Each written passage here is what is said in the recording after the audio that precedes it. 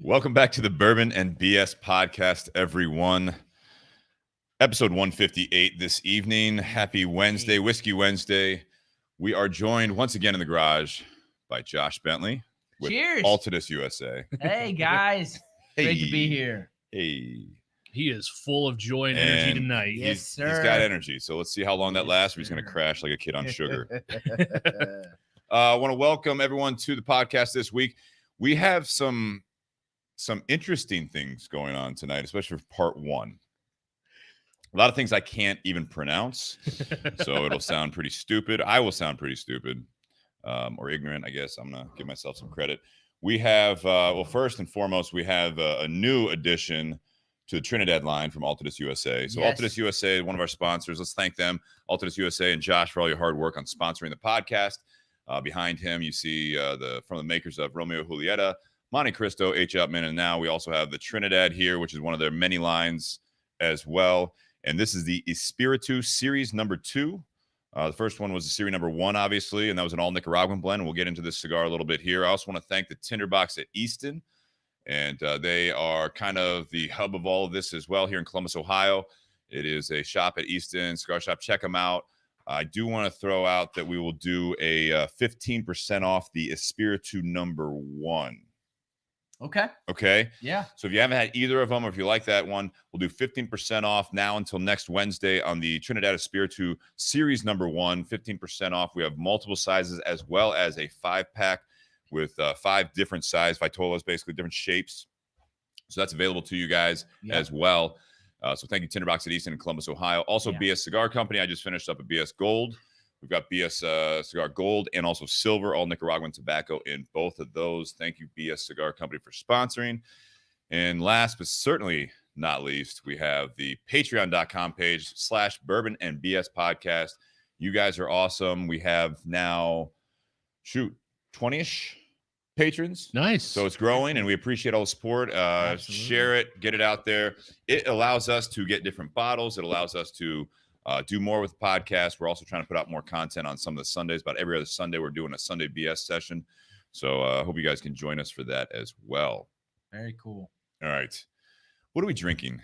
What are we drinking? What the hell did you bring? So this was so hard. I mean, before we get into explaining the cigar that I brought this evening, the new Trinidad Espiritu No. 2 that Steve led with, I wanted a Brazilian rum because I thought, how cool would that be? We're smoking the new Trinidad Espiritu with a Brazilian wrapper, and we'll get into all the contents later. But from Brazil, let's have a Brazilian rum. So I go to my local liquor store, which just so happens to be the largest single liquor store in the nation. And I said, hey, I need Brazilian rum. Thinking, right, a sipping rum, something like Zaya or Zacapa or something of the likeness. And so the guy takes me over to the Cachaça. Did I say that right, Steve? I don't know. Cachaça. So how would I know? I'm very familiar with Cachaça because I love Capareñas. That's and, but I drink them in the summer, and it's using silver. So I am not really in tune with the aged Cachaças. So tonight we have the Avuá. Avuá. I don't think that's right either. Avuá. Amburana, which is a type Avuá, of treat. Amburana. You've had one drink tonight, correct? Yes. Okay. Yeah. So, anyways, without further ado, this is a tester. I brought a Willet Rye that I told Steve we're gonna crack open if this is no good, and that should totally redeem. No, we're drinking this whole bottle tonight. So, right hey, you want to get a little? You're not leaving until it's done. You stay till the job's finished. Let's do it, huh? Crack it. Cork pop. All right. Not bad. There we go. Real cork. Synthetic. Synthetic. Steve? No, please. All right.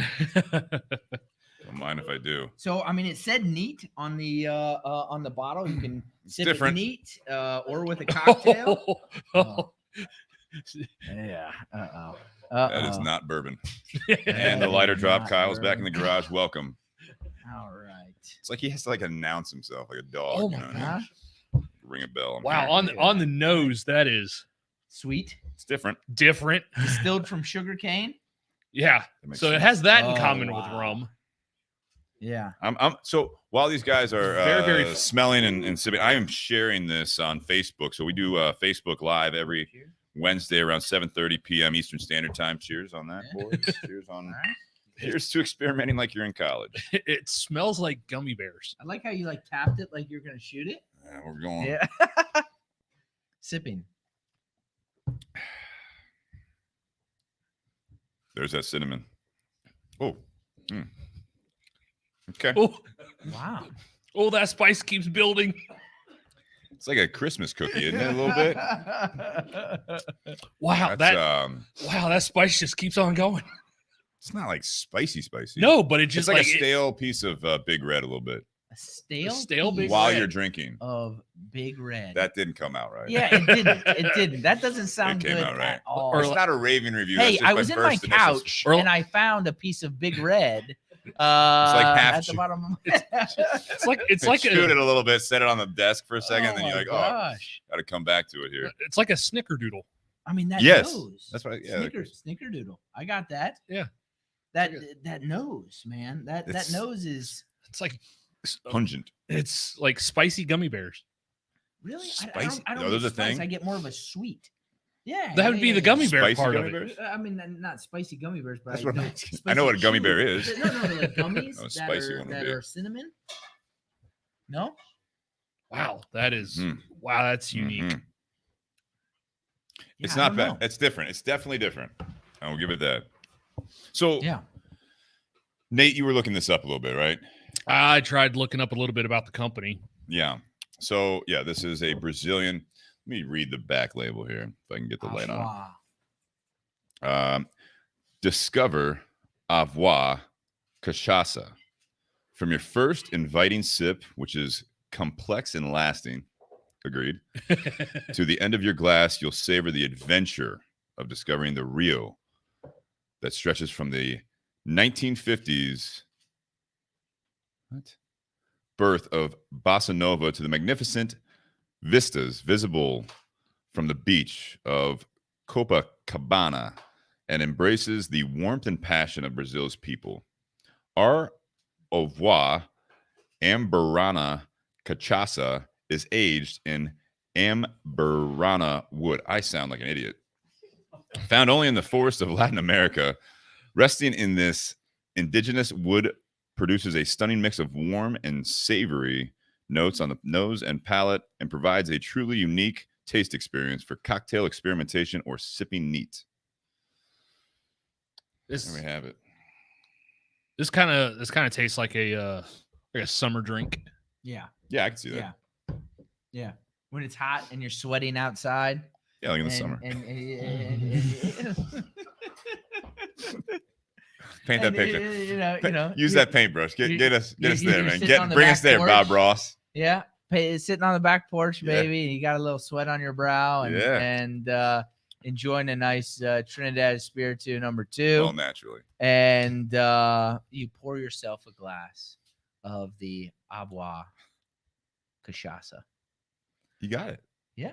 You nailed that. How about that? But Well, they make a lot of them. let's they- bring they on make- that. they Let's make a- bring on that Willet because I don't want to get No. Oh my gosh. We got to get down to like here. Oh my god. You got a crooked leg. We got to go down the deep end of the So that pool. means All we need right. our studio audience to come up and start taking the pours. Yeah, there you go. That's one way to get there. Yeah, that's good. Yeah, they do a bunch of different types and different woods, and that's I guess what makes this company unique.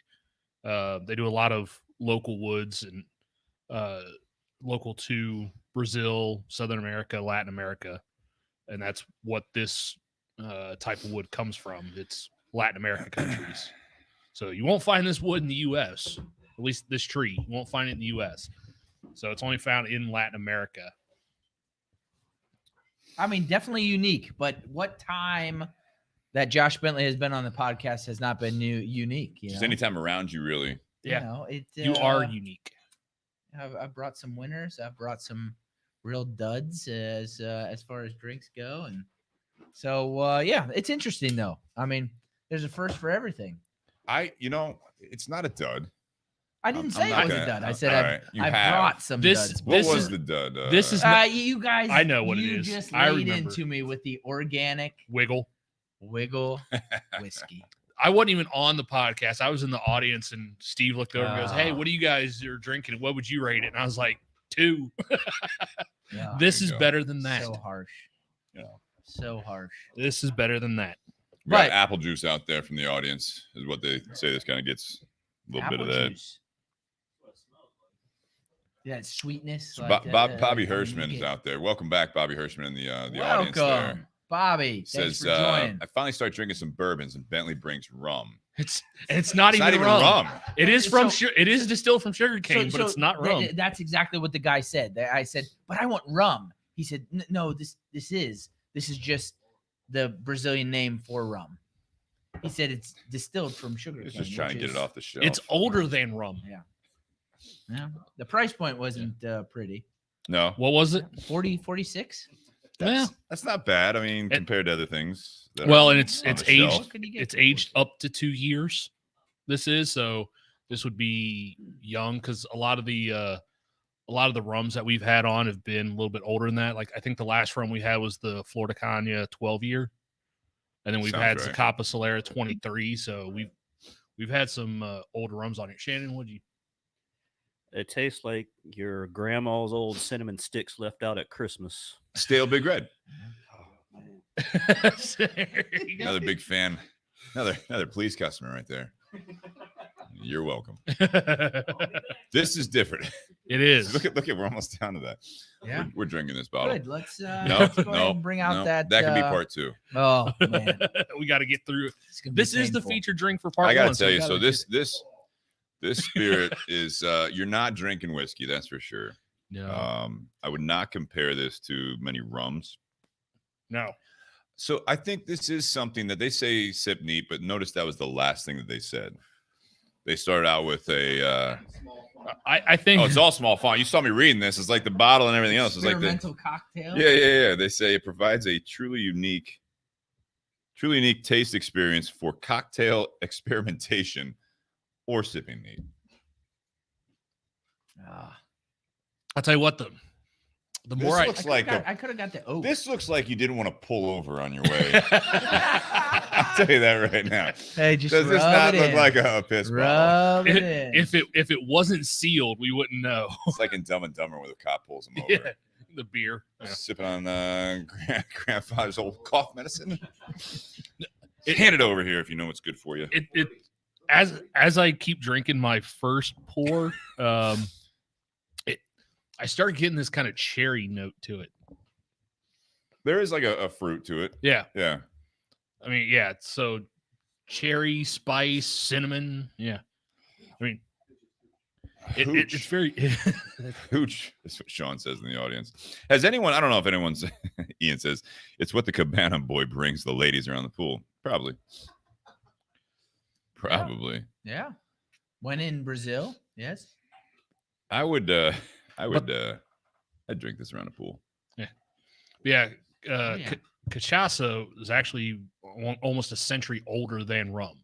Really? They started distilling this in Brazil and Portugal in the 1500s.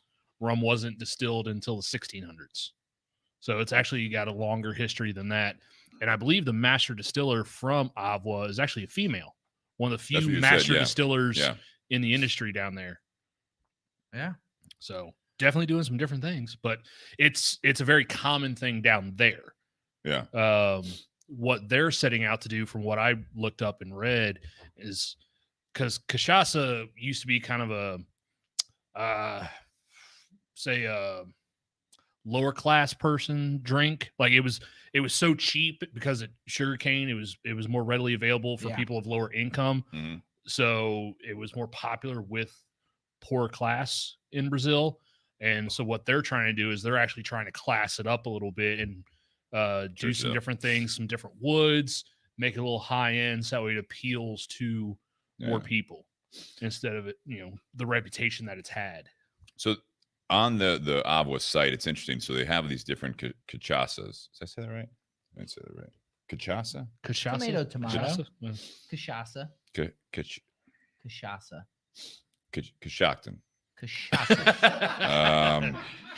So they have one called Prada, and that is rested in stainless steel cast, and that is clear. Silver. That is clear. Yeah. That is clear. It's like it looks like a Blanco, like in a tequila. Yeah. And they don't even say anything about sipping on that one. That is a cocktail mixer. They have a still strength, which is also clear, and that is also in stainless steel cast. So that's what you make caipirinhas, which go. is the national drink of Brazil. Yeah. One of the guys just commented that Dave Gordon caipirinhas are fantastic, made with cachaça. Caipirinhas, baby. Then you have an oak. It says following Brazilian tradition, it's aged up to 2 years in French oak. So that would be interesting to try. There you go. I should have got the oak. Well, no, it says it previously used to age white wine. So that wouldn't be, I mean, you look at that color, it's even lighter than this one. Yeah. That this was one. the darkest. And then you have this one that we're drinking right now. Yep. As we talked about. And then you have a balsamo, I would say. Yep. And that's a different type of wood. And it's going to be something that is burgundy colored hardwood native to South and Central America. So these are all different ones. You even have a Rosa, which is a Rosa cask. So, I mean, they have a full line. It'd be interesting to try some of these in different cocktails, what they're really doing. This one, I can't even say that one either. Yeah. Yeah, that's tough. Anyways, that one says you can sip neat as well. So, I mean, it's interesting. I'm glad you brought it on just to try something different. I mean, we're on the Bourbon and BS podcast, but I mean, it's fun to try it. Yep. Well, and just like one of the other things I read, so just like some of the bourbon distillers that we like use different yeast strains in order to get different flavors for different products, they actually use 4 different strains of sugarcane. The Avuá, they use 4 different types of sugarcane. Really? Yep. That's cool. It's different. It's different, guys, folks, girls, everyone. This is different. I like the idea of doing something Brazilian.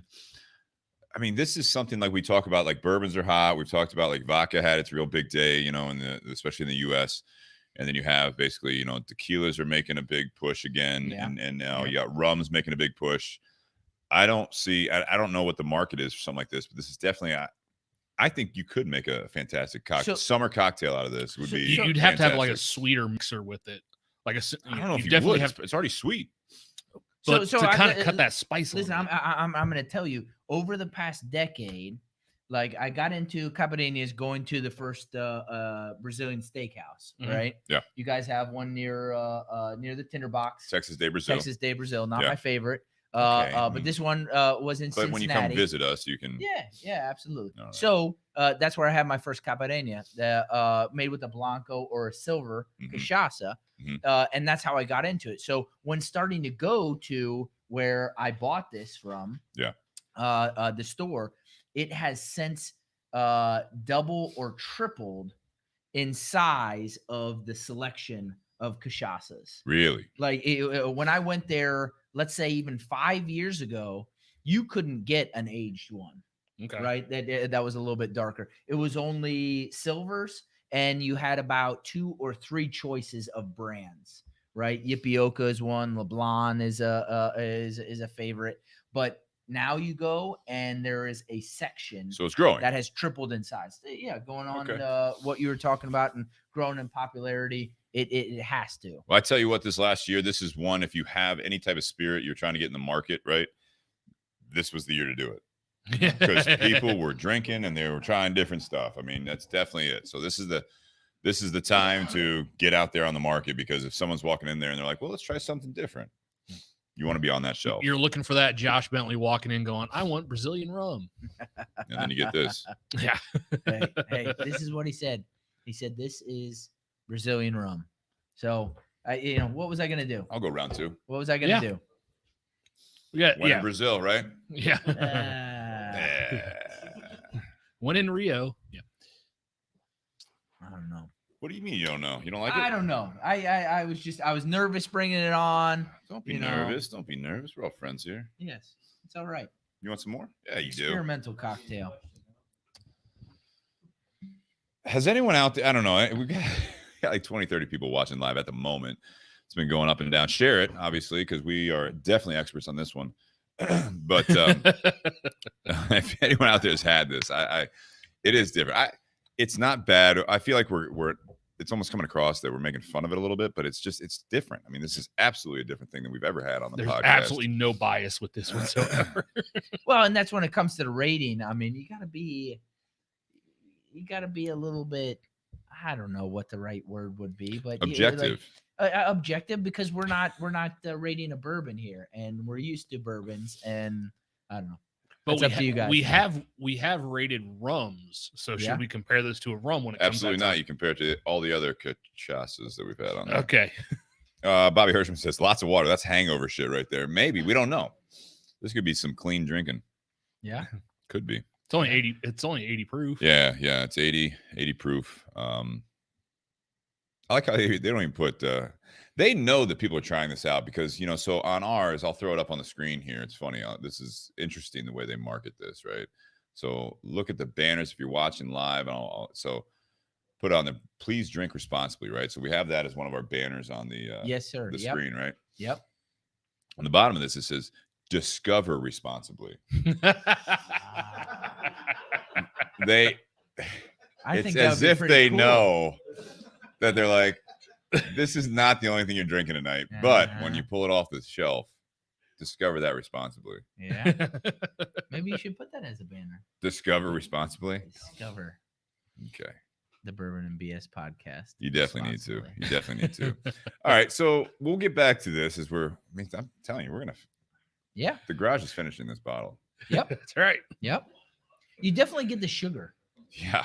I mean, you definitely get the sugar. It's funny. They said, we said cinnamon a little bit at first, the spice, but it does go away. I am on my second little pour.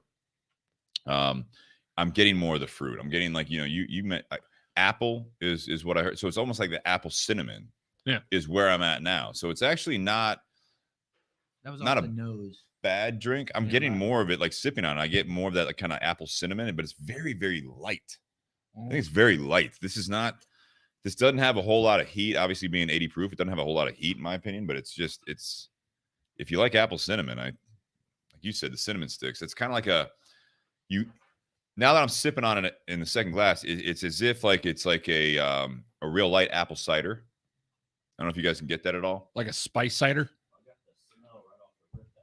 Yeah. Yeah. This is like when you go to like one of the off beaten path, apple farms, apple picking farms, and you're like, oh, they have a diet apple cider.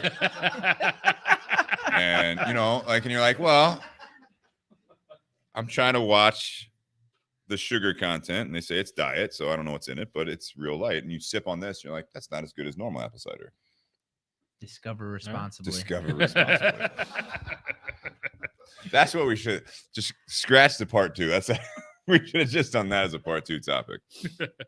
All right, Josh, let's the star of the show though is this I'd say the new Trinidad. I mean, so the Trinidad Espiritu Series No. 2 or Series No. 1, first of all, did very well. Came out last year or a year and a half ago, ish. Yep. AJ Fernandez did that one as well as this one, right? Yes. But you had very well received, right? Super well received, and it was all Nicaraguan. All Nicaraguan Puro, yeah. Medium body. We did it on the show, I believe. We did. Yeah. I think that was one of the first ones. Yeah.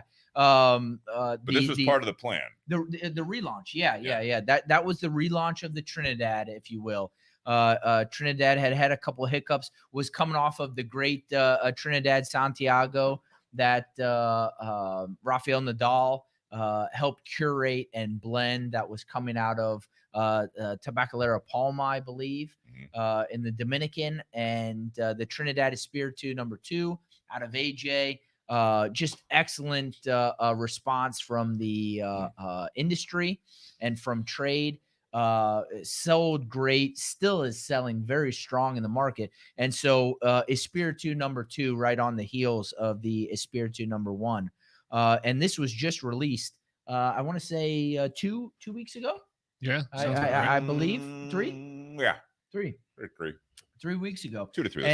And so out of Brazil, first time, I believe, for a cigar out of our portfolio to don a Brazilian wrapper. Gotcha. Don't quote me on that. Out of your entire portfolio? I believe out of our entire portfolio, it would be hard up to go and find a Brazilian wrapped cigar that came from Altadis. Again, don't quote me on it, but I'm putting that out there. So it's recorded, so I mean, yeah, we'll see. I don't think we'll get any kickback. But I mean, Brazil. How familiar are you with Brazilian tobacco? Josh, let me ask you a question here. Yeah. What's the wrapper on this? Okay, so you want to go over the let me go over the contents. Break it down. Of the cigar. But when you say like a Brazilian cigar, Brazilian wrapper, I mean, there's different types of Brazilian wrappers. There are. Yes, thank you for pointing that out, Steve. So this wrapper is a Brazilian Arapiraca. Okay. Sometimes it's pronounced Arapiraca, right? It's the Ohio way America. of saying it. All right. It's Ohio way. But this is Arapiraca. Brazilian Arapiraca. It has a Nicaraguan binder and Nicaraguan and Brazilian filler. And so it's a region of Brazil. The Arapiraca. You've heard of Brazilian Matafina, right? So you're a little familiar with that. I believe the CAO Soprano had the Matafina. It switched, but yeah. And then possibly the basin, the Amazon basin. And then Eric Espinoza, the Laranja Escuro is Matafina, Brazilian Matafina. So yeah, Matafina's, they're both used, I mean, in a lot of different ones. And they're both unique. Yeah. And so again, going back to my question, how familiar are you with Brazilian tobacco? I mean, I'm not that familiar. The last one that I possibly could have had was the Amazon basin, and the one before that was the CAO Brasilia. Yeah, and that was before General acquired them. That is still like one of their hottest selling SKUs, or basically the blends, is the CAO Brasilia. I know that McAuliffe, a newer company to the game, yeah. So they have a Matafina. Okay, they've got a Matafina wrapper, and so. It does give it a little bit, and it's not because, you know, what you think of Brazil. It's got a bit of like spice to it. Yeah. The tobacco that comes out of both regions. Yeah. Very spicy, very oily. I believe that the Macanudo Inspirado Green is also the newest one. Is Brazilian tobacco in it as well. So I think people are like Altadis, like you got, you know, big boys are really like starting to like, look, how can we get some different stuff out there, you know? And you guys have done a lot of work with AJ Fernandez. And I'm not as familiar with a lot of the AJ Fernandez blends and brands that are online. Yeah. But as far as the brick and mortar, he's used some Brazilian, but I think he's even starting to branch out, because when you're smoking, for those that don't smoke a whole lot of cigars, they're more the bourbon or Cachaça, whatever. I am not going to be able to say this. Cachaça. As we get through the bottle, I'm going to say it even smoother probably. But I mean, he has this, I guess, when you're smoking his cigars, you can kind of tell a lot of times when it's the all Nicaraguan AJ Fernandez cigars. I feel like you get a bit of, you can tell it's his work. Yeah. And that's not like, that's good. I mean, he's killing it, but this is something that is absolutely different. Yeah. It really is. It's unique. You know, as I was saying, I get a lot of oils off of it. It kind of coats your palate. Yeah. That spiciness that you alluded to. And you know, earthy tones. You get a lot of like I mean, it's hard to explain earthy tones, but like stuff that I get out of a old world red wine. Yeah. Like a Chianti or like a Barolo. That minerality, a little bit of soil, if you will. Yeah. And people get weird, you know, when we start talking about what you get out of the cigars. But yeah, what about you, Nate? I think what's really interesting about this cigar is right off the light, it actually hits your palate with a lot of spice and flavor, and then it actually backs off a little bit. So it gives you that initial burst of flavor, and then the cigar actually becomes more complex as you get through it, and it changes the strength of the flavor. Kind of what you were saying, these really dark earth tones to the flavor of the cigar. Yeah. Very, very rich, not like a light or bright flavor, just a very rich, deep, hearty, earthy flavor. Yeah. Yeah. And a lot of spice on the retro ale. You guys notice how toothy this wrapper leaf is. You got a sheen to it, but you got a lot of like the bumps on that. Mm-hmm. That is a hearty wrapper leaf. Yeah. Yeah. So this is something, if you guys are into like more like the mild cigars, this is, I would not say is necessarily for you. If you are more towards the medium range, medium to full, but even medium, this has got a lot of flavor. It's not harsh. You talk about earthiness and or like the earthy flavors. This is something that I keep expecting it to almost go to, in my opinion, like a stereotypical San Andres Mexican wrapper or blend that's based around that. Yeah. And I'm waiting for it. When I've smoked a handful of these, and this is the Toro size, I believe, right? Yep, that's correct. So and what sizes? We have the Toro. So the Tinder Box at Easton, one of our sponsors, Toro, and also the Lancero. I know that Fundador, excuse me. We call it Lancero, but it's Fundador, yeah. 7 by 40. 7.5 by 40. Yep.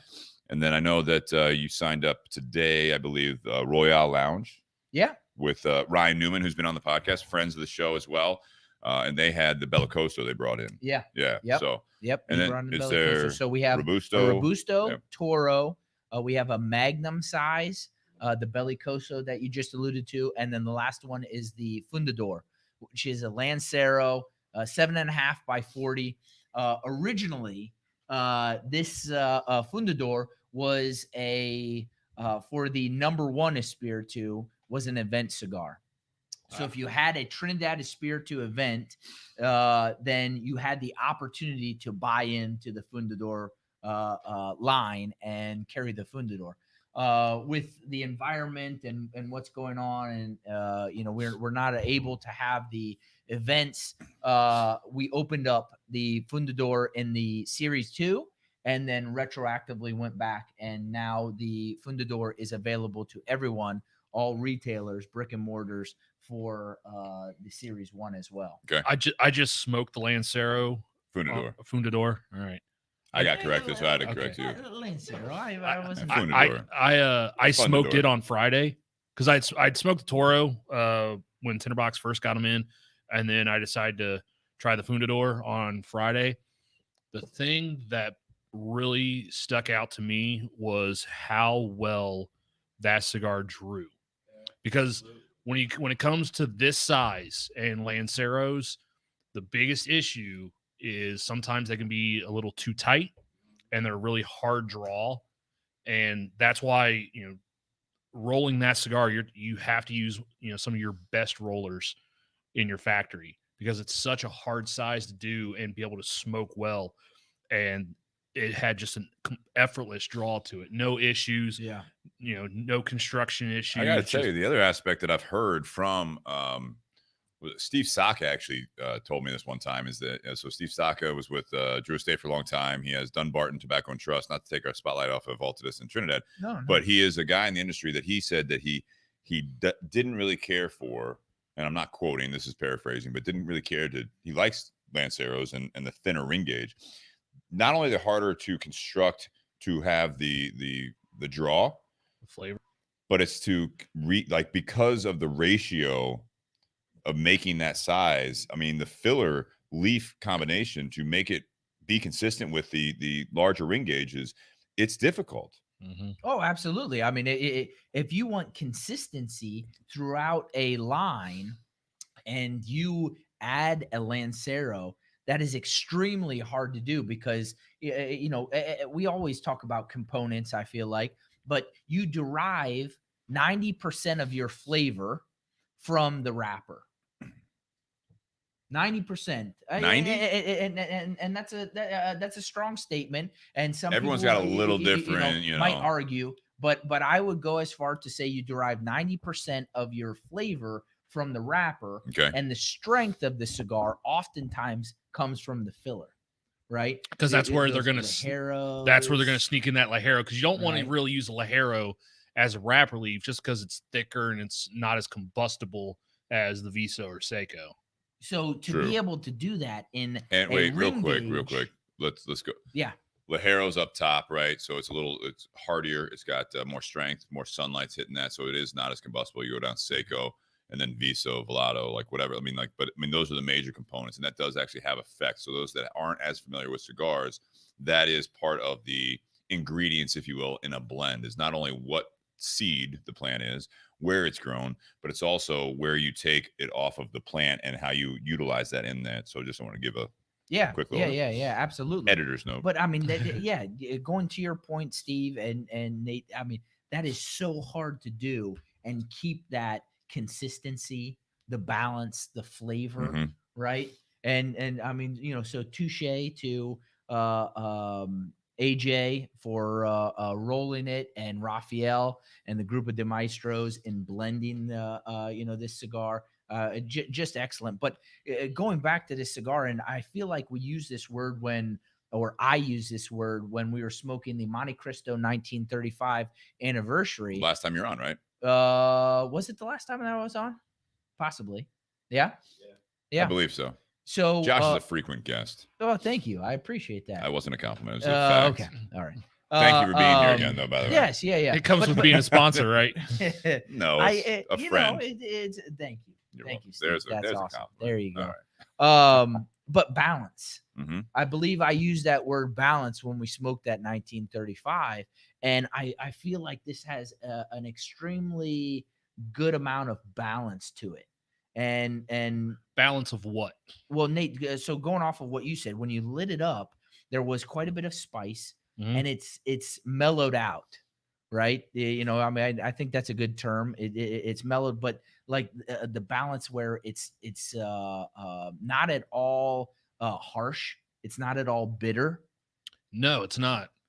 I get a little dryness from it. Yeah, just a little bit of dryness from it. So that's what I was getting to with when you sometimes I was like a San Andreas wrapper. Yep. Like a blend that's based around that. Not all the time, but there are times where you get that kind of dryness. And that was kind of what you were saying with like the Chianti and some of like the some of those earthy red wines. Yeah. It almost like dries your palate out as you're doing it. So that's why sometimes they pair better with foods as opposed to by themselves. Yep.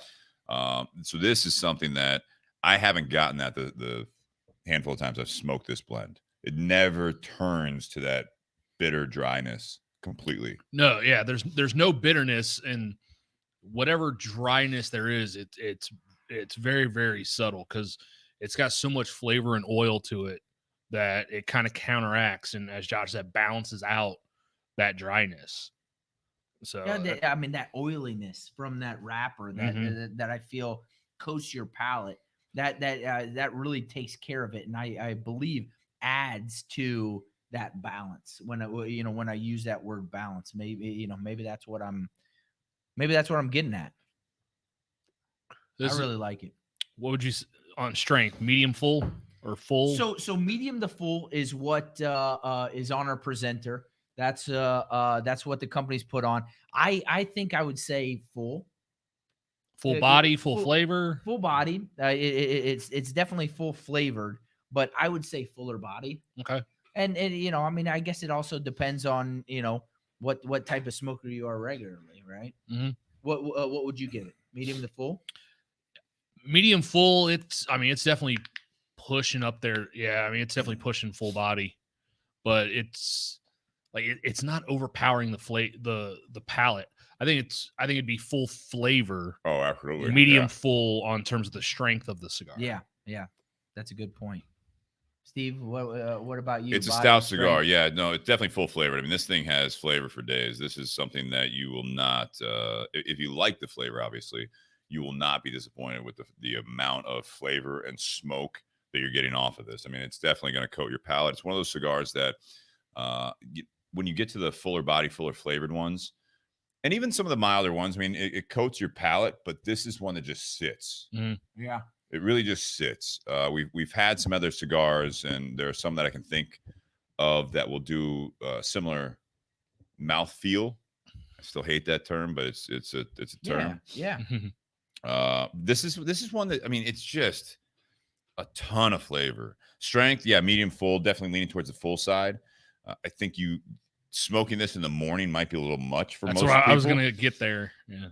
This is it more would of an have to evening go with. smoke. So if you're smoking the first part of the day, this cigar, say you're drinking it with a coffee, you'd have to be careful on how you're balancing it with coffee. I wouldn't go with like the strongest, like more bitter noted coffee.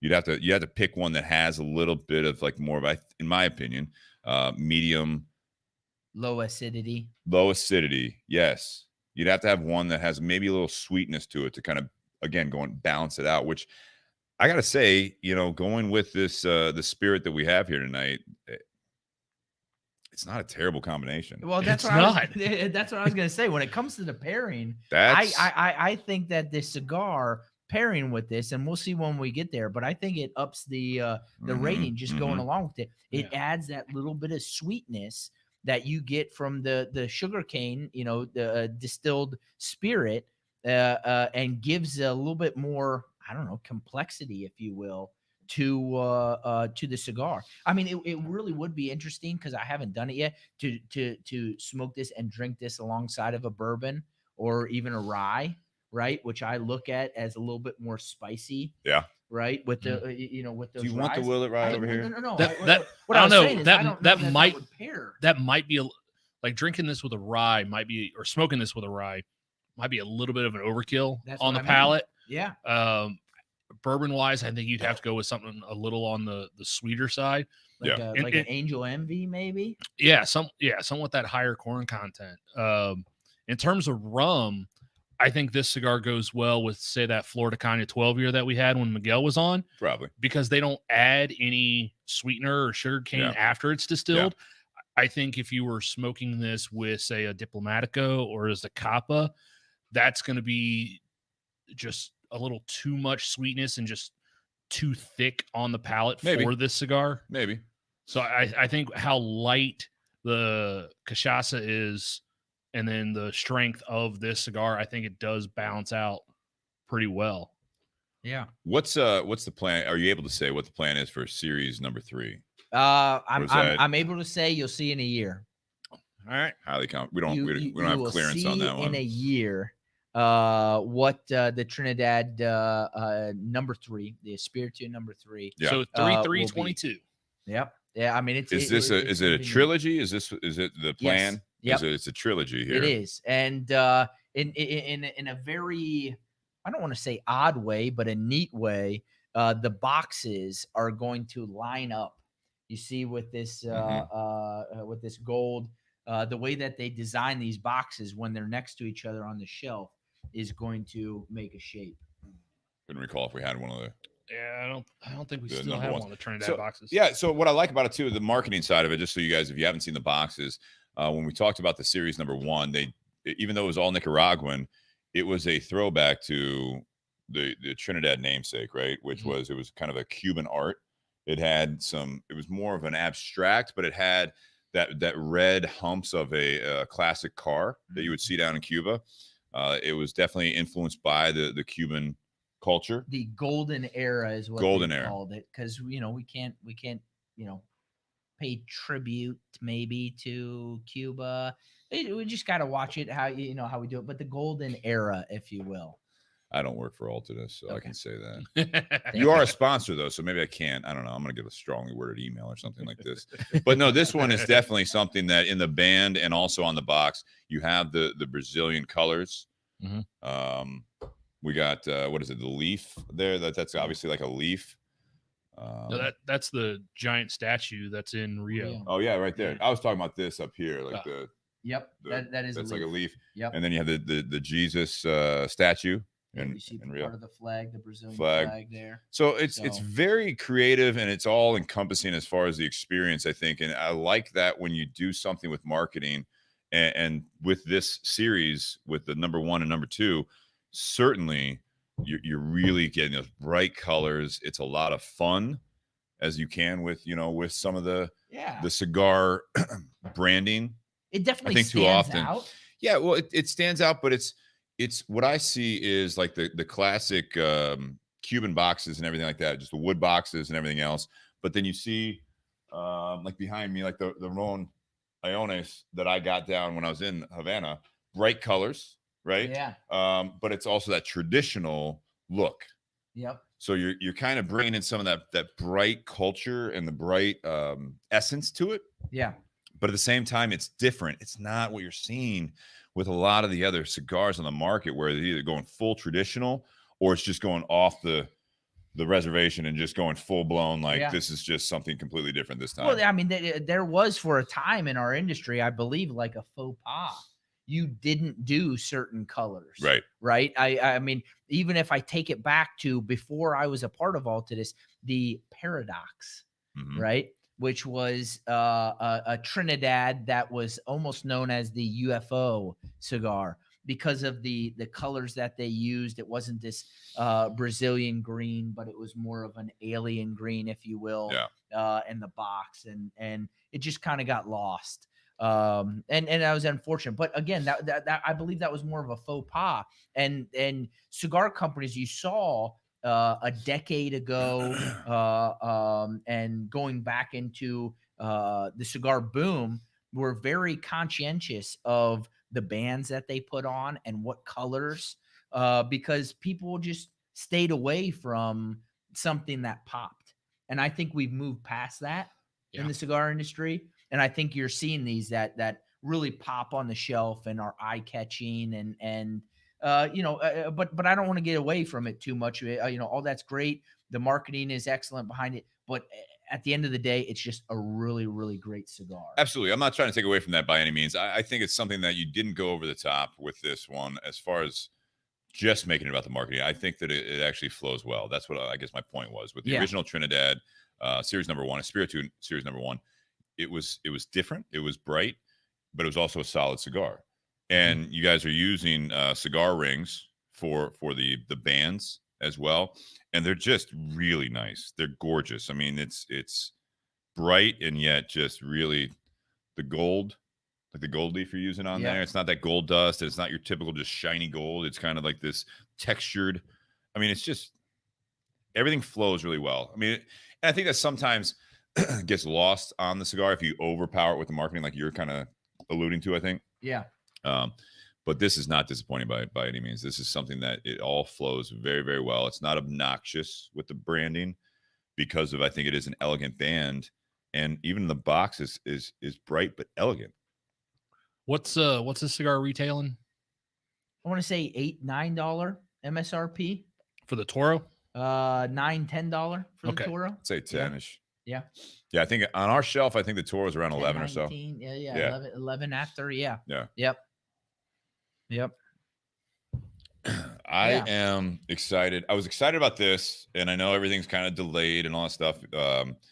You guys at Altadis were kind of hinting at this a while back on some of the blogs and social media, and there was like, when's it coming out? It's coming out soon.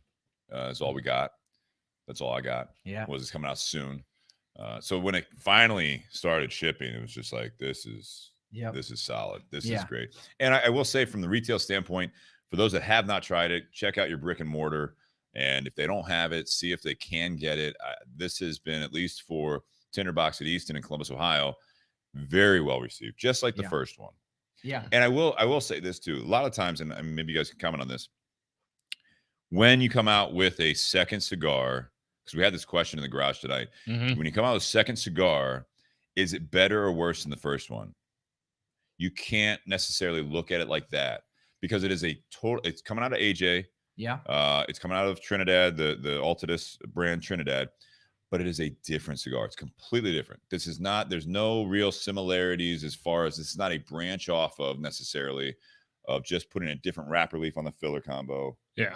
This is something that is completely different, which I like. That is something, though, that as a consumer, a lot of the times you will try that and you compare it initially. I really love the first one of X. Yep. And this is the second iteration of X.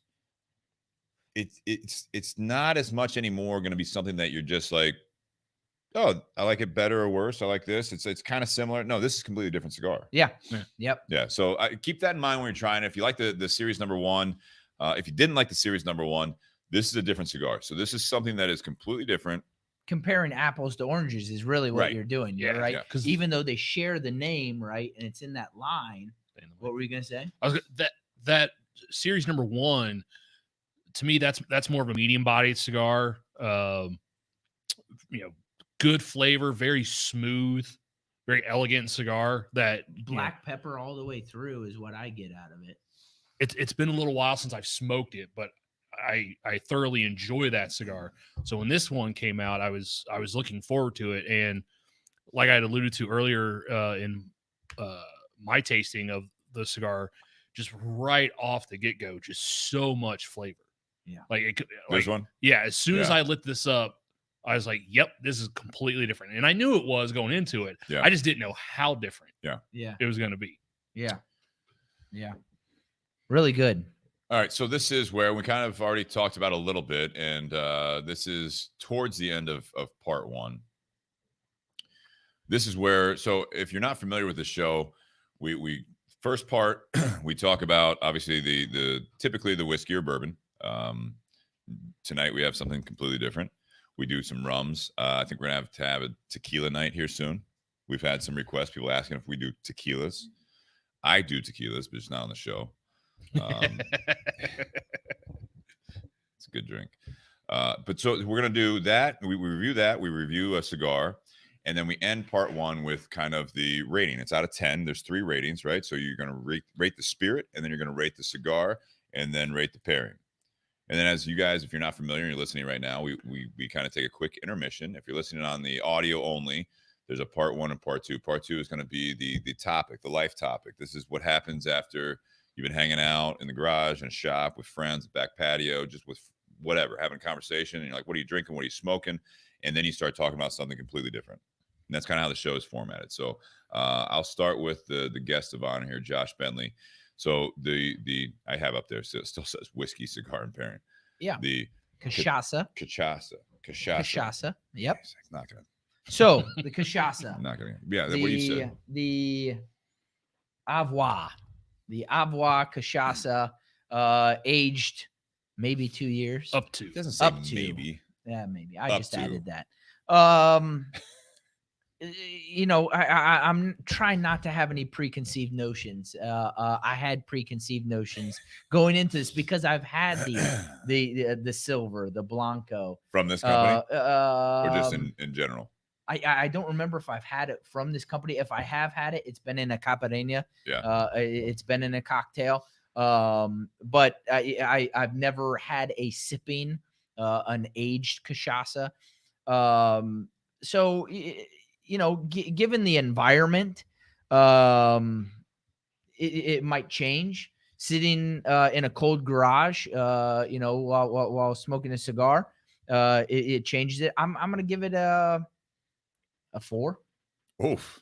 Maybe a Make 5. sure you get and pick up a bottle right away. Maybe It's out of 10, right?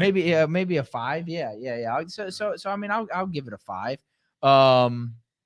The cigar, the Trinidad Espiritu, just a phenomenal blend. The amount of times that I've smoked this, the consistency that I get, the construction, right? We didn't talk much about this ash. I mean, the ash is just a brilliant white that comes off of there. It plumes smoke, as Nate alluded to, or maybe Steve, you alluded to. I give the cigar a 9. Okay. I really enjoy the cigar.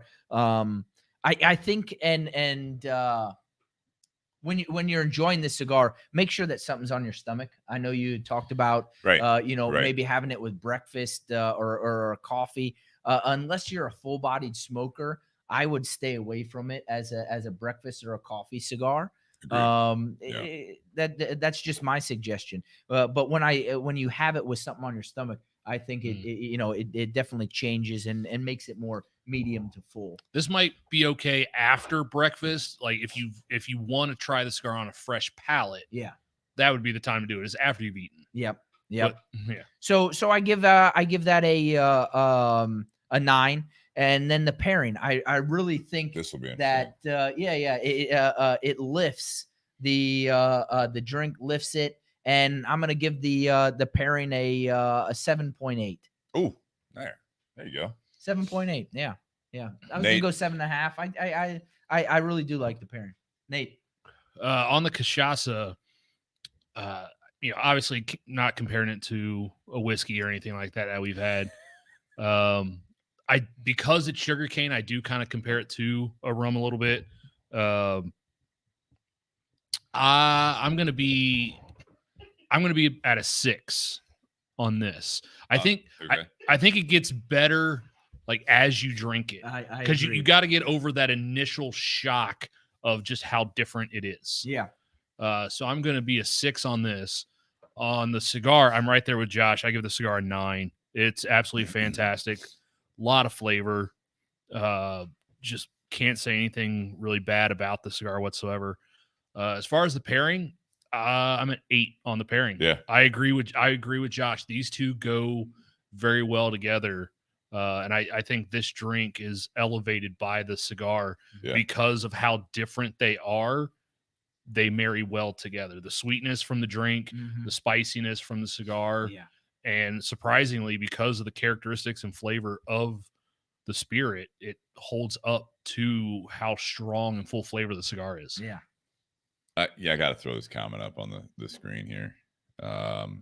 Listen to you, and this was more towards Josh when he was talking about the 4 he gave the drink here. Cachaça. Yeah. I'm not going to keep saying it. I can't say it. So that was like trying to explain to a girl why you don't want to have a second date. And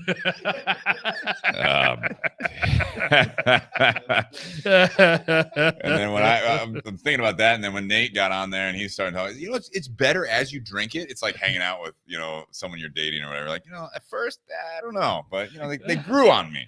They like grew a on tumor. Me. Not like it. Good. So the Cachaça. There you go, buddy. Right. You just got to slow it down a little bit. From Avuá. Ari Paraga. Yeah. I have no basis on this. I've never had this spirit before, so it's tough. But I'm in that mid range too, 5, 6, something like that. This is not something that I'm gonna have necessarily for a sipping spirit. This is something that maybe it is good in a cocktail. This you could mix it with something, maybe even on ice. Literally something if you were on that like summer day that Josh was so kind to paint that picture, like a nice Bob Ross. It's something that you throw maybe 1 ice cube. You're hot. You don't want to dip into a bold whiskey or other drink. You don't really feel like a beer. This is something that you throw like 1 ice cube in there. You're sitting on your back patio, or whatever, and you just mowed the lawn, or whatever you're doing, and you just want something to sip and take the edge off of the day. Yep, I'm all for it. Yeah, but again, I wouldn't seek it out. You're saying it's like in that $40 to $50 range. I wouldn't seek this out to have in my home bar, but some people might. The cigar, I'm with you guys on the 9. This thing has been probably. I know it's early in 2021, but in the last year, it's like 2020. Everyone keeps saying, it kind of has just dragged on. You know what I mean? This has just been something that like the years, like we're still in 2020. It's like, you know what I mean? 12 months, let's call it. Yeah. This is definitely one of the more solid releases that I would definitely recommend. Again, echoing you guys, if you're into the medium plus stuff, medium and up, I would definitely gravitate and try to check this out. I think come December, January next year, I would be very shocked if I don't see this cigar on a bunch of top 25 lists. There you go. And as far as the pairing, I'm with you guys as well. This elevates the spirit quite a bit. This is it's a good pairing. I'm kind of surprised as we got into it a little bit more. This has been a very pleasant pairing. It's actually one of those pairings that it's not about standing up next to each other. This is something that actually complements kind of like a good meal. You know what I mean? Like we were talking about some of those wines. You drink a certain wine by itself, just you're like, hey, what do you want to crack tonight? What do you want? Drink some wine, watch a movie or whatever.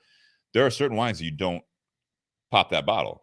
But if you're having a certain meal, it's a perfect wine for that. And that's where I'm at with these two together. I'd give this a 8.5 as far as that goes. As far as the pairing, I think this is a very pleasant combination between the two of them. So it's interesting. I mean, this is probably one of the ones where I haven't cared for what's in the bottle as much as usual, But as we've gotten into it, it's not just that I've had more of this bottle. It's the fact that doing the two together, that's a true pairing that pulls stuff out of each. Yeah. So I'd say it's a solid pairing. Yeah.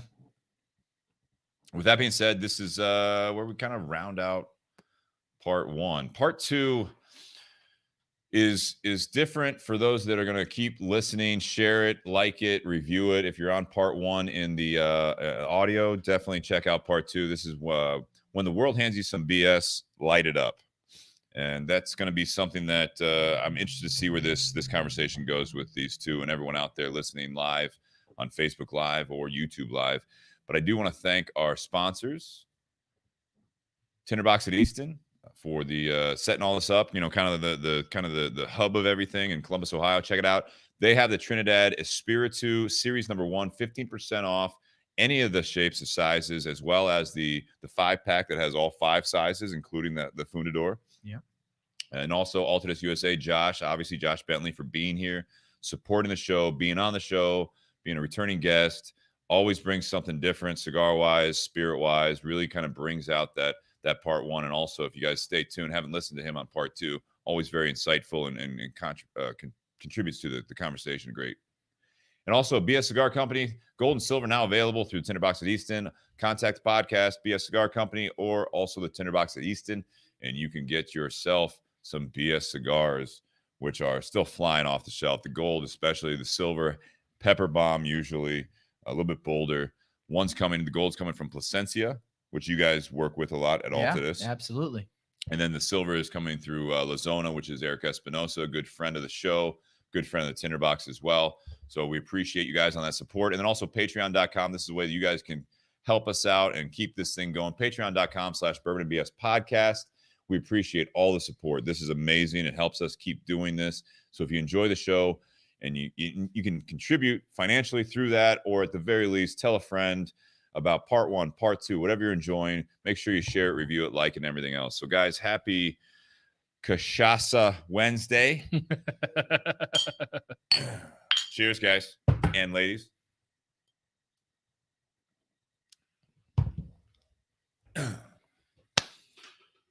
And now we're in intermission. We're going to keep streaming live. If you guys are not familiar with this, we keep streaming live. If you guys need to take a break real quick, or we just keep rolling. Throw another shirt on underneath. A little chilly. I got the layers on. As you can see, my jacket's kind of rolling up there.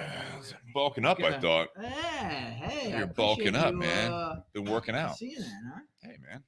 I'm going to get some more of this. Just trying to be like you. Don't do that. That's just bad life choices. I go all plant-based, though. I do not. Clean, Clean, baby. I like this bottle, though. Like that. Yeah? Kind of a cool bottle. It is a cool bottle. Yeah. It is. Anyone out there listening, what are you guys drinking, smoking? What are you guys doing? Before we get into the conversation of when the world hands you some BS, light it up. I don't know what's going on with this Facebook. I see that Nate Hale is watching over and over and over again.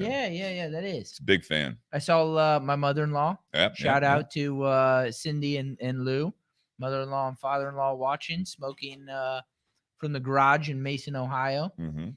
Hello to you guys. Got Ray Cheshire out there in Vietnam. We got Ian down in Hey, Tennessee. Hey, Ian. How are you? Big supporters. Ray was laughing when we said $11 for a Toro. I'm curious as to how much a Toro of a typical cigar was for him in Vietnam. Quite a bit, I think. Quite a bit. What time is it, Ian? Morning for Ian or Ray? Ray's the one in Vietnam. Ray. Yeah. It's Ian's morning. in Tennessee. Yeah. Ray gets up, and this is one of the first things he does when he gets up. he's usually sitting on the balcony having a cigar and a scotch or something. Wow. Yeah. That's what you can do when you're retired and have done well like Ray has. Cheers. I mean, you his can be wife broke. You can be his broke and unemployed and do that in the morning if you want. I mean, let's be honest. Well, it's hard to afford cigars and whiskey if you're True enough. broke. So True enough. Yeah, Cindy says she is drinking Diplomatico and the same cigar. okay, good. She said it's a great pairing. Yeah. I was worried with how sweet how thick Diplomatico is, whether or not it'd be too much for the cigar. So thank you, Cindy. You guys want to roll in? Yeah. All right. Welcome back to the Bourbon and BS podcast, everyone. This is Cachaça Wednesday. Cachaça Wednesday. You say it a lot smoother than I do. Brazil. But yeah, thank you guys for joining us. I want to thank our sponsors before we dive in here. Tinder Box at Easton in Columbus, Ohio. They've got a special on the Trinidad Espiritu Series No. 1. We are smoking the Series No. 2 tonight, and listen to part 1 if you guys want to hear the review and the information about that cigar. But the Series No. 1 is going to be 15% off. That's 15% off now and through next Wednesday in all the different sizes and shapes, and also the 5-pack with all of them in there. So check that out. Take advantage of that. And also Altadis USA, Josh Bentley primarily, and the company behind him. They make some fantastic, some of the best in the world. Obviously, Monte Cristo, Romeo Julieta, H. Upman, Butera, Trinidad, Aging Room, Onyx, Butera. All Butera. sorts. Yeah. So a fantastic portfolio. Check them out at your brick and mortar online if you need to, but definitely check out the brick and mortar for the new Trinidad Espiritu Series No. 2, which was the featured cigar part 1. And thank you for the continued support to Altadis and also Josh for being a big, big supporter of the show from the very beginning. I appreciate that. And also Be a Cigar Company. The gold and silver are now available in different sizes through Tinder Box at Easton. One is coming from Placencia, which is something you guys use a lot. Some of the best tobacco in the world and some of the best factories in the world. So that's going to be the gold. And also the silver is through La Zona and Eric Espinosa. Fantastic as well. Check that out.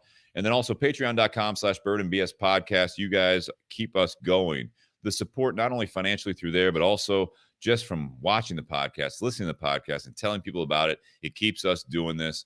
If no one's listening, we probably would still do it, but we'd probably just be staring and talking at each other. So we appreciate you guys being a part of the conversation every Wednesday, 7:30 p.m. Eastern Standard Time.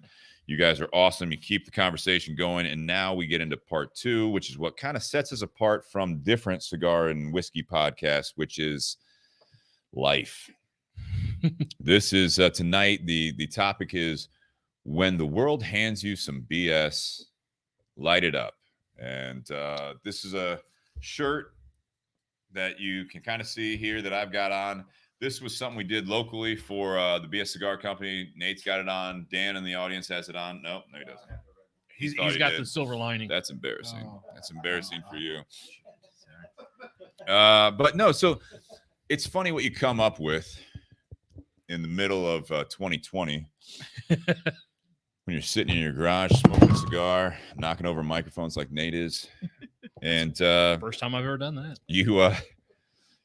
You start reflecting on some things and you're like, how can we get people involved in buying more cigars, enjoying what's happening around them, and maybe a few drinks into it? I come up with the slogan of when the world hands you some BS, light it up. I said it's time to light one up, and then my graphic designer / consultant Larry Schumann makes it better, but I came up with it. But anyways, it's kind of a slogan, and that it's what I called the 2020 shirt. And I think it's very fitting, not only for 2020, but this is something that we can definitely start with the what's been happening. This is it's weird. Right now, Facebook Memories is showing me things days before. And I think all of you guys out there, if you're on social media, which I mean, a lot of you watching this on Facebook, obviously you are. So if you're looking at your Facebook memories every day, remember as we got at the end of February, like throughout February, you had, some winter weather and all that stuff. And you had your normal stuff. You had a Valentine's Day, maybe you had, things going on. If you had a birthday, whatever it might be. Right. Yeah. And then you got towards the end of February and into March, and you're ready for what's coming up. And it's almost spring. It's gonna be a great year. Yeah. We were planning the Smoking 10 event. Yep. I had already promoted it a lot here in Columbus, Ohio, something we had done for 8 years. And like today, I had shared lunch or the buffet for the Smoking 10 event. Like, it's just blowing it out. You know what I mean?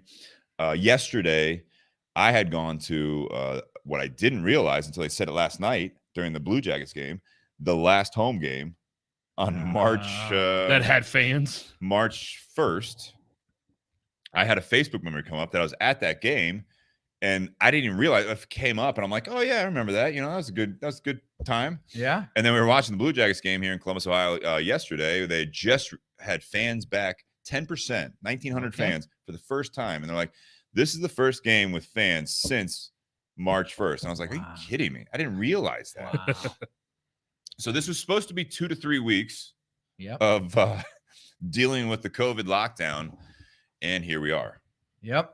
So that was kind of the slogan behind that 2020 shirt of basically like, when the world hands you some BS, light it up. Because as we adapted to what was going on, I thought it was a great, and it was out of a lot of people's control. And I think that's something that you guys can kind of dive into and we can talk about as a group, is that everyone had different, like any time in life, but a different hand was dealt to everyone. Some people could keep working. Some people couldn't work. Some people that could work, I call it turtling up, didn't work. They didn't know what to do. And at first it was like, oh, you know, it's kind of like a forced vacation. Weather's not so bad. You know, we're getting into the spring, and, you know, we can kind of just have a couple weeks off and just regroup, and we'll be fine. And then it just kept going. And I think different people reacted differently. And I know we've talked about this a lot in the last year, but I think this is something that is a time to reflect. Everyone does a New Year's show or a New Year's resolution, or talking about what I'm going to do this year compared to last year. And we did that. We've done that before. Yep. This is the New Year show. This is, where were you in March as all this started? And this is something that when you come up with that saying of light it up, not everyone could, because it was out of their hands. Yeah. So I'm not going to take away from that. And obviously COVID and other things that happened in the last year, but COVID, for example, specifically, was something that it affected different people different ways. Obviously, if someone had COVID and they didn't survive it, it is tragic. We've talked about that.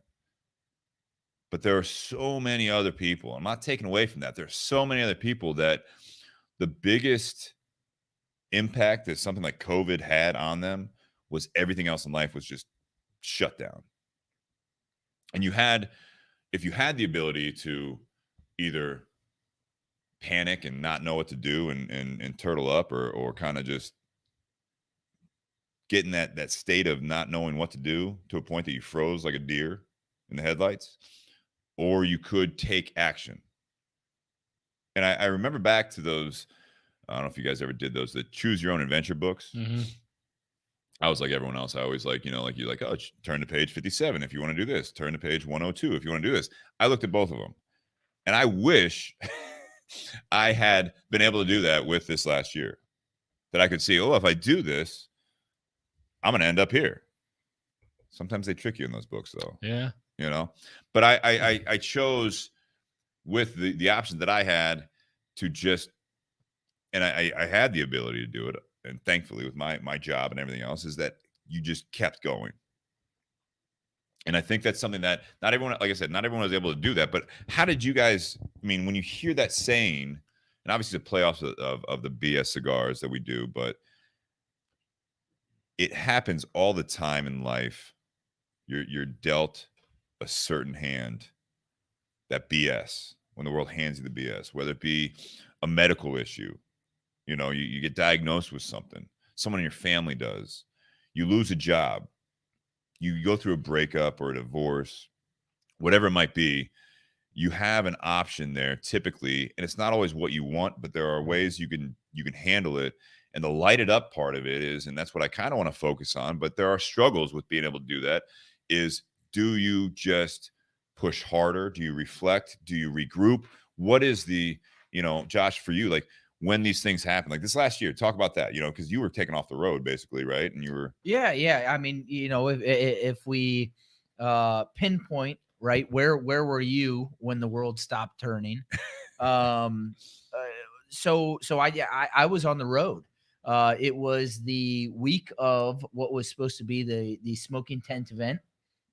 It was also a week for me that I had 4 events scheduled. I started out the week, and on Wednesday I was in Pittsburgh. I had an event. The drive out there was on Tuesday for me, and there was a lot of unknown. I had an event in northern Dayton scheduled for Thursday. I got a call on Tuesday on the way out. Hey, what do you want to do? What should we do?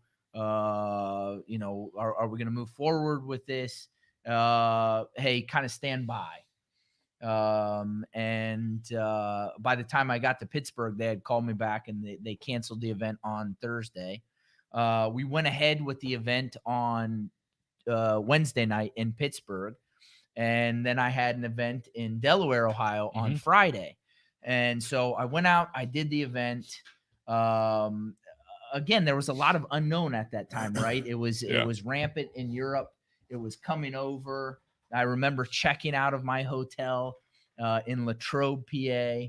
The lady at the front desk, I looked over at their small little shop to see if there was any hand sanitizer left, because that was the rage back then. It was kind of a joke before, if you remember, in early March, right? There were some jokes going around. Okay, there's going to be a shortage of hand sanitizer. And she said, no, there were a bunch of people in our hotel from Italy. I said, oh, great. That's excellent. Maybe I stayed in a room last night that some Italians had COVID. And so I my fear level escalated a little bit at that point, because it kind of became real for me at that point, but still it was an unknown thing at that point. I came back, I did the event on Friday. And if I'm not mistaken, I believe you and I, Steve, had talked possibly on Wednesday at where Wednesday we were.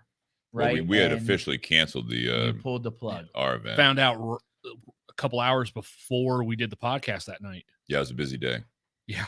Yep. And so you pulled the plug. Hey, what are we gonna do? Is there anything that we can do to help out? I came back. I did my event Friday as usual, and we said, hey, listen, can we still come up to Columbus on Sunday, the day that there would be a podcast, or excuse me, the Smoking Tent event, and let's do our best, and that's what we did.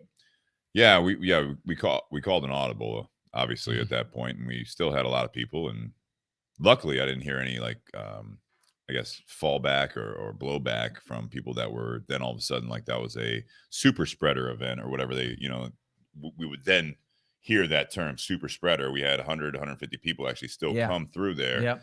And we had a great time, and we did the best we could with it, and posted up on the Fido patio and made the sales as best we could, promoted as best we could, and turned lemonade from lemons. Well, right? I think that's partly where that saying comes from too. It's one of those things, when the world hands you some BS, light it up. That was one of those things that everyone else didn't know what to do. So I didn't like canceling. Like, I mean, obviously Brian, the owner of the shop, and Fido, we had to cancel. There was no tent. They weren't doing a St. Patrick's Day party. So then it became it's almost like a fight or flight. Yes. So now it's, all right, what can we do? Because we already had the cigars. We had the ability at that point, like Fido was open, the Irish pub, and then we were open still. Nothing had been shut down. So this is what we can do. Yeah. And we did it. And we killed it. Yep. And then that evening, the restaurants in Ohio were shut down. They were shut down. Yeah. Literally that day. So I think we had the news on the TV in the shop during the event. This is right. When we were finding out like what all was happening. Because at that point, like that entire week, and probably even the week before that, like it was changing every single day so rapidly what was going to happen. Yeah. Well, I was watching the press conferences every day. Absolutely. Yeah. Then that's when every governor was doing a press conference every single day, and it just eventually started getting tiring. But that was a big deal, and that's why we're like, okay, what's going on now? So that Tuesday, I was supposed to fly out with my family for spring break, and we were supposed to be flying to Phoenix. I was gonna post up with my cousin. Shout out to Dan. I hope he's listening tonight. And we were gonna go to Phoenix Suns game. We were going to go to spring training. We had, a great time planned. And because of the unknown, we chose, I think on Thursday or Friday night, to go ahead and cancel our flights. Yeah. And because I've got 2 small girls, my wife, we didn't know, but we had vacation scheduled already. Mm-hmm. So we planned out that Monday, and Tuesday we pulled out and we drove to Sarasota, Florida. That's right, you did. Yeah, and just kind of I don't want to say reclused ourselves, but the noise was really high at that point, right? And there was a lot of fear in that, and we just kind of want to get away. And so we went to Florida. It was a little bit more lax down there. We stopped. We stopped. Well, and we stopped in Atlanta. And it was very odd. I called down to the hotel that I had booked. I'd previously stayed at this property before in my travels, and just said, "Hey, want to make sure everything's okay." And the guy's like, "Have you seen the news? Nope. Marriott is laying off some people. We don't even know if we're going to be open." I said, "Well, it would really be nice to know if you're going to be open, because hey, I have a room and I need to know if that room." So long story short, we got there. They were open. We were the only ones in the property. You were the only guest in the entire hotel. We were the only guest in the entire hotel. The restaurant downstairs had closed. The bar was open. We posted up. It was beautiful at that time in Atlanta. I want to say around 60, 70 degrees, which was nice getaway from, temperatures up here. Naturally. In the 1st of March. And we ordered some bar bites, Nice. and a bottle of wine, had a great time on the patio, and then continued down. We arrived in Florida and most things were normal. The restaurant, we ate at the restaurant in the hotel, and then the following day everything shut down. Restaurants shut down.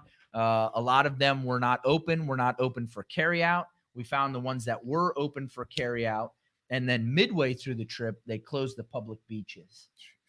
So luckily, the hotel we were staying at had a private beach club, and we were able to get all and enjoy. I would have loved to have stayed an extra week. I tried to get my wife to, hey, let's extend the stay, but due to financial reasons, it was probably best to return. But it was scary to return as well, because my wife is a hairstylist, a manager of a salon, and her salon shut down, and so she was out of a job essentially, and we didn't know what was going to happen with my job, and so there was a lot of this unknown that we were returning to, and so reluctantly we returned, and as you said, we were shut down. We were called off the street. There was no travel approved, and in that time, we just kind of kicked into survival mode, if you will. How so? Because survival mode, and I'm not. Yeah, I don't want to belittle that, right? I mean, because it's different for everyone, but I mean, it's funny because I kind of want to dive into that, because some of the reactions from people that obviously, and again, I'm not going to get away from the fact that there were lives lost, and I'm not going to get into necessarily the topic of did these people die with COVID or from COVID or all that stuff. That's not really the topic of what I want to talk about with you guys tonight. But when you're talking about survival and the level of stress that I know a lot of people, not everyone, they were actually brought to a point where you're watching all this news and all the blogs and the social media on your, we haven't cursed tonight, but I'm going to say it, on your fucking $1,000 cell phones, on your big screen TVs in your houses. A lot of people, not everyone, but panicking. And it's not you, Josh. I'm just talking about people that I know, that they're panicking, and they're scared Yeah. that they can't make their $600 lease payment on their car. I mean, these are like, and these are first world problems. They're real problems. I'm not saying that. This is just, it was out of their hands. There's other people that deal with this shit every day that they don't know where the next meal's coming from. Right. You know, in the world. Yeah. And I'm not trying to be this big, like, you know, like make a big, but there are people that they don't know where they're going to get clean water. Mm-hmm. And we were fucking worried about toilet paper. Right? Yeah. And we're worried about the fact that I'm on my iPhone and my iPad. My kid has their iPad, and I got the 3 TVs in the house, and I got a 55-inch TV in your master bedroom, in your master bathroom. I don't know, like, I mean, but it's like everyone's like started changing. Yeah. You know what I mean? It's like everyone started panicking, and it's like, and I know things were out of their control, but it was one of those things that, again, do you light it up, or do you try to be proactive, or do you go in that survival mode? Well, and I think you can do both. I think there's both. And so when I said survival mode, I should have prefaced that with business wise. I went into survival mode, right? Oh, me, I understand that because completely. we didn't know whether the next paycheck was coming. And my heart goes out to not only anybody and everybody who lost someone during that time. Yeah, let's get it out. Let's get it out there. Like, Yeah. I think anyone, and I hope anyone that tunes in later or whatever, that they don't miss this part. I think we're all in the same boat, that anyone that actually lost someone to COVID or anything that happened this last year, obviously that's the Terrible. Realness of it. Yeah. We're not talking about conspiracy theory here that No. COVID doesn't exist or anything like Nope. that. So Yeah. I'm going to keep saying, if I don't say that, you're going to keep saying it. Nate's going to say Absolutely. that. Anyone out there is going to keep saying Absolutely. it. So I think we're all on the same page with that, is that it's a real thing. It still is a real scare. But I said, you know, I didn't know where or whether my next paycheck was coming. And my heart goes out to all of those small businesses and the employees who did lose their jobs, who didn't have that next paycheck. And I can't imagine what you went through during that time. Super scary time. And so to lead from above the line, and I'll get back to that in a second. I went into reaction to problem solving business mode, right? And hey, what can I do to help out my customers? What can I do to be proactive to help out those who did not close, to ensure that I have a paycheck coming? Yeah. So if you have the opportunity, if your company that you were employed, if your company is going to keep paying you, you got to keep doing it. You're going to keep doing what you can, so that if it came push to shove, right? Yeah. That you were still indispensable, that you're doing something about it. Yep. So that if they had to make a choice, like, all right, we got to cut someone, who are we cutting? It's not going to be Josh Bentley. Yep. Because hey, this is what I did this week. I talked to everyone. I can't travel, but I've been on the phone. I've been doing, like you and I did the first. Yeah. We did a weekly special. Yep. And we did, and that was something that you and I talked about, and it was something that was like, all right, so we're going to do this, and we're going to get online, we're going to get all this stuff going, and then through your account with us, it was something that we stayed proactive, we stayed active, we lit it up. Yep. Curbside, right? We were a big proponent of the curbside and just trying to help. And so with that being said, I believe that with that notion, my company also took that stance of, hey, what can we do to help? Right. And we were very active during that time to support our brick and mortars, to support those customers. And hey, how can we help you? How can we drive business? What can we do to help you? And so I think as a person, diving deep into this, when you're handed BS, you have a couple of options, right? Okay. And there is what you said before, Steve. There is a fight or flight faint. Yeah. Right. Yeah. You could faint, right? Play dead. And so there are several different options. And I think we saw people's reactions from all that. We've seen all aspects of that, right? Yes. From family, from friends, right? Who took that. who took all of those different paths. And personally, mine was a fighting spirit. That I've always have. I will say a leadership spirit, if you will. So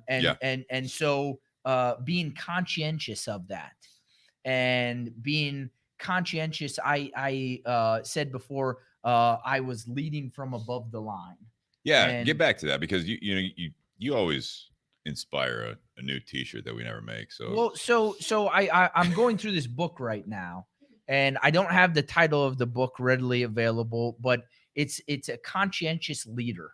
Okay. Book, and in this book, I'm about 2.5 chapters in, and the author there's 2 authors, co-authors. Okay. But they are prominent figures and speak to Fortune 500, Fortune 200 companies and their clients about this binary line.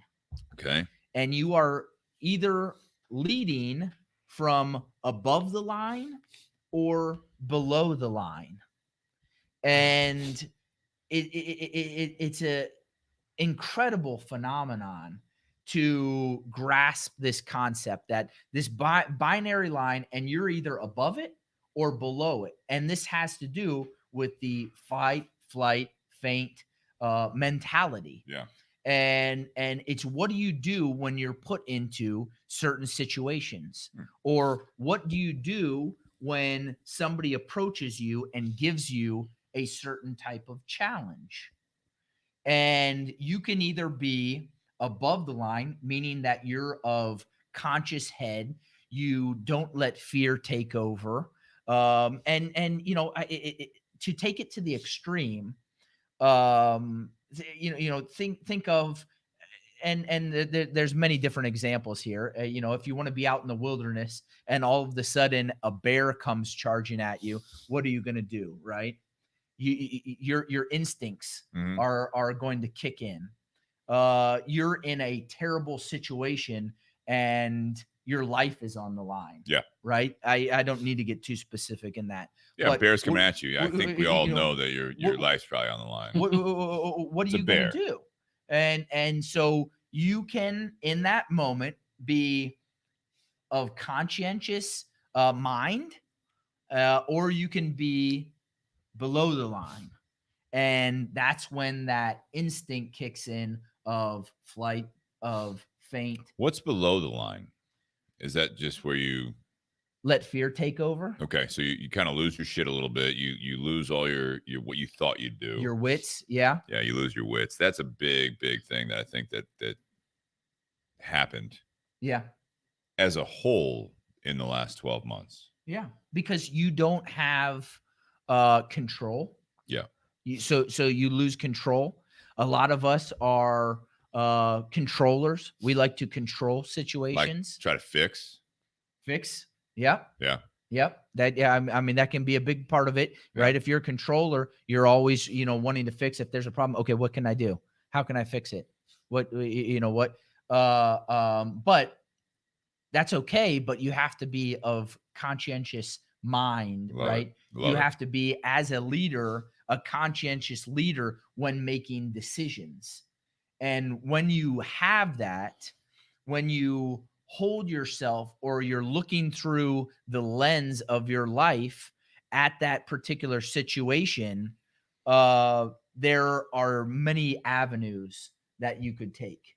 Whereas when you're not of conscientious mind, when you lose control, when you let that fear overcome you, you recluse and kind of don't know what to do.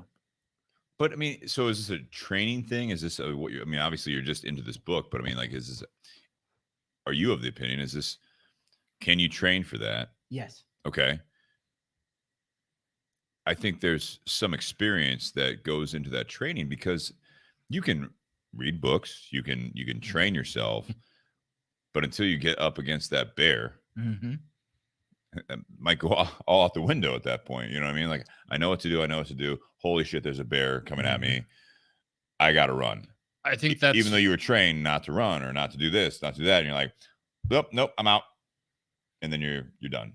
I think though that's some of the importance of that training in that situation. Absolutely. Is if you train for what to do when a situation comes up, you're quicker to react to that situation.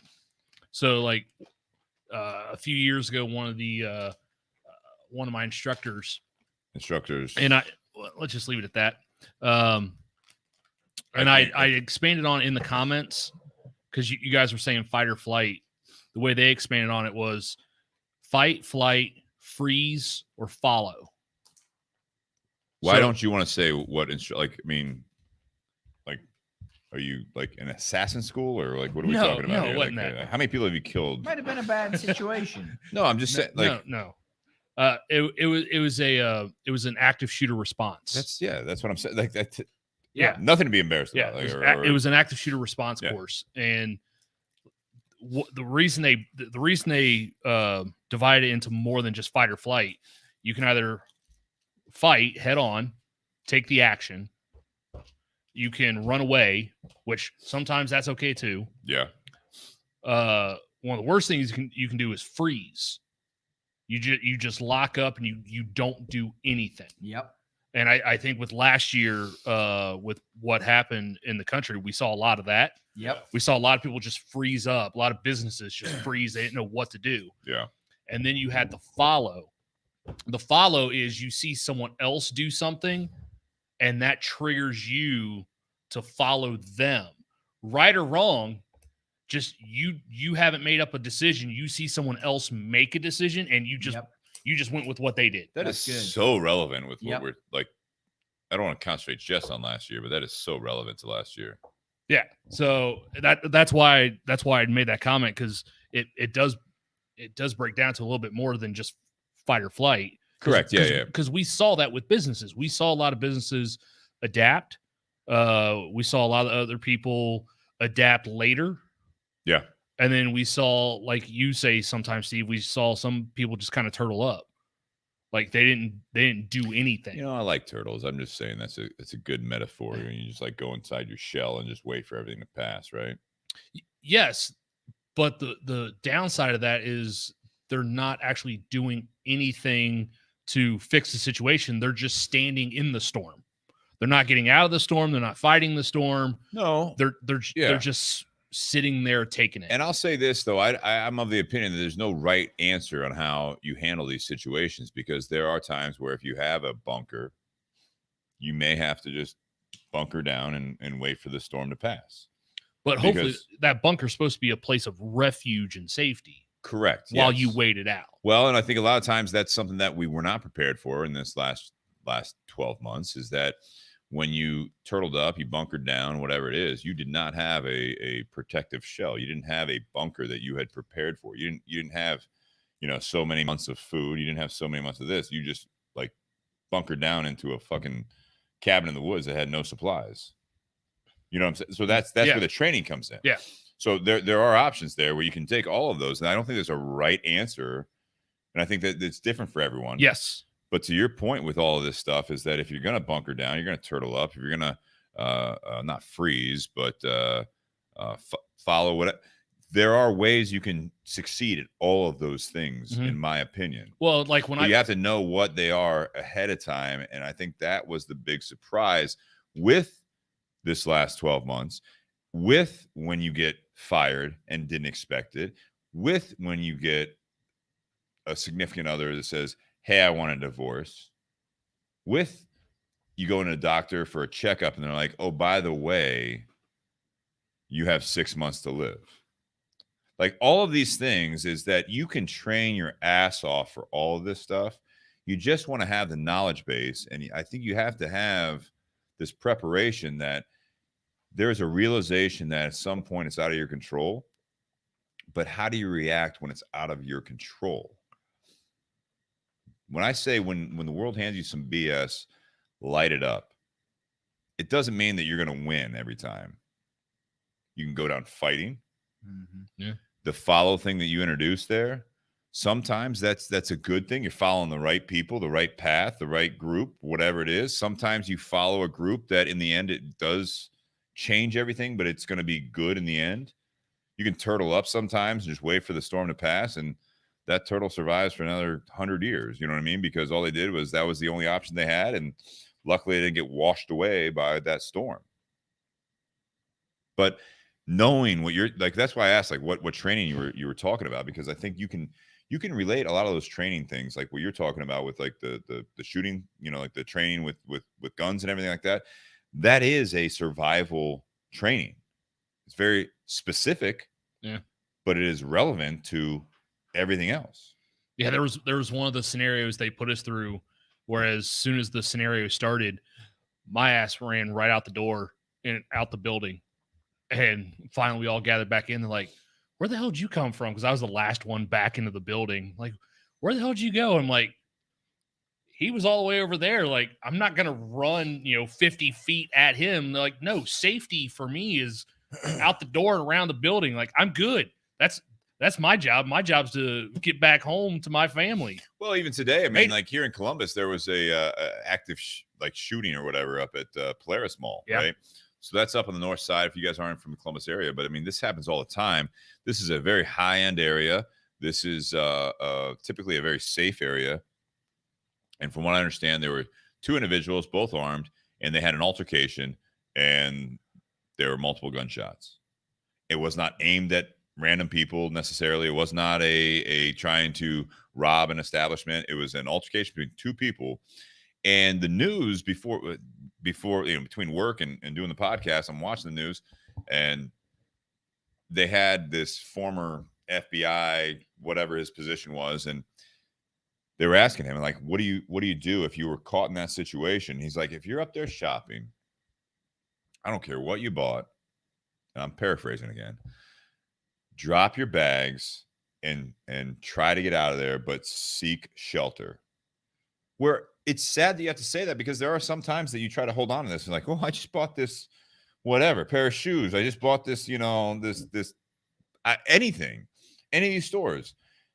I don't want to lose that. I just spent money on that. It's like, you can't use it if you're fucking dead. Right? So he was just like, drop what you're doing, get out of there if you can, or seek shelter. Every store in the mall has an emergency exit in the back. Absolutely. Yeah. And it's funny, or not funny, but I actually have a friend I used to play basketball with who's a sergeant for CPD, and he does a lot of the speaking engagements when there's stuff like that, and he was actually on the news today doing the actual press release for CPD of that incident. Yeah, I played basketball with him. I remember a couple of years ago when there was an incident, I was like, holy shit, I know that guy. I played basketball with that dude. And and same kind of thing. I mean, he was just giving an update, because there's a lot of misinformation at first that comes out when something like that happens. So there is. And I think so that's where you can keep applying it to what we're talking about as far as the last 12 months. But I came out of this last 12 months and there were cards dealt to me personally through business, personal, everything, that it's not what I was making moves for. I had in my intentions, it was a lighted up, mentality. But you have to understand that doesn't always work the way you think it's going to work. And I think that you can't lose that mentality to a point where doing what you can. And I am like Josh was saying, survival, or like, hey, like you have 2 kids, a wife, and everything else. And you guys were like, you and your wife were in different boats, but in the same boat, right? So you're like, basically, from my understanding, she had her paddle taken out of her hands, and you're like, all right, I still got my paddle.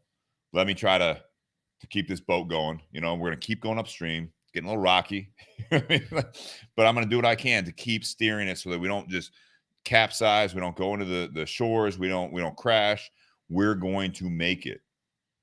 And it's not the turtle up mentality. You're waiting for the storm to pass. You're trying to survive the storm. And I think that's something that you can keep that mentality, and sometimes you might go under for a little bit, but you got to keep getting back up, like, trying to survive. And I think that's something that is important that a lot of people lost this last year, or they followed the wrong crowd. They followed the wrong people. That lemur mentality, right? Where it's like, all right, everyone's going this way. All right, cool. Like, oh, you jump off this cliff? Cool. Like, let's go.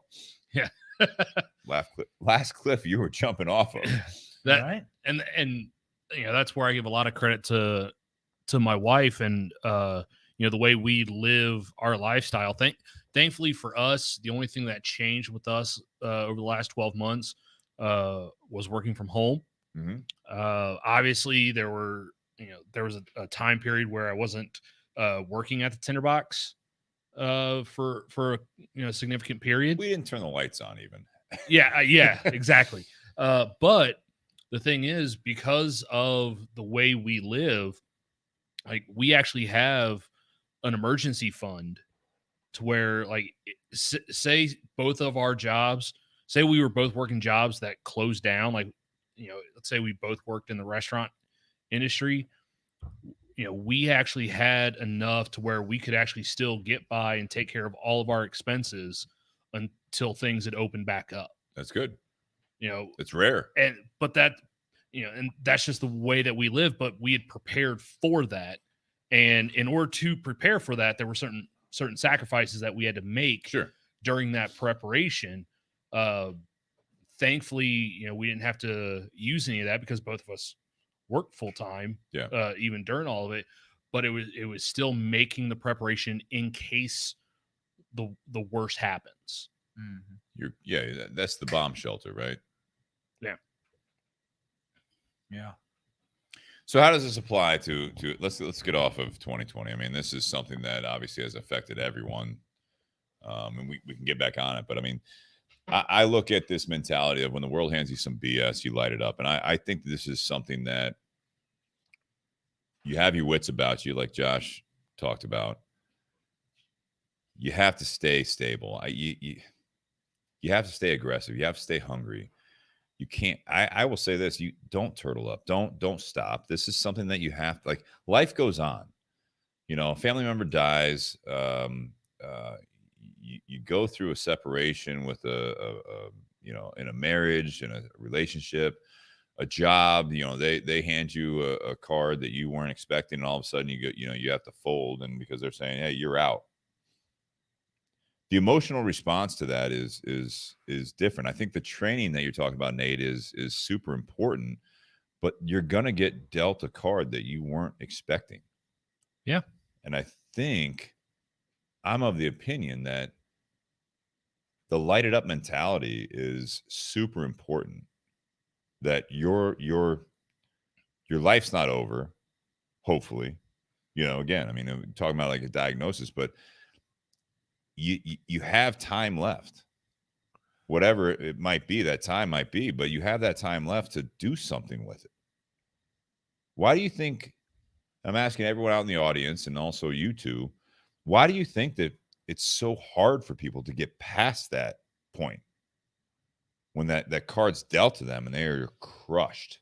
Well, so how do you get to the light it up? I think when we're talking about training or preparation, whatever terminology you want to put on that, is there's many different aspects to that, right?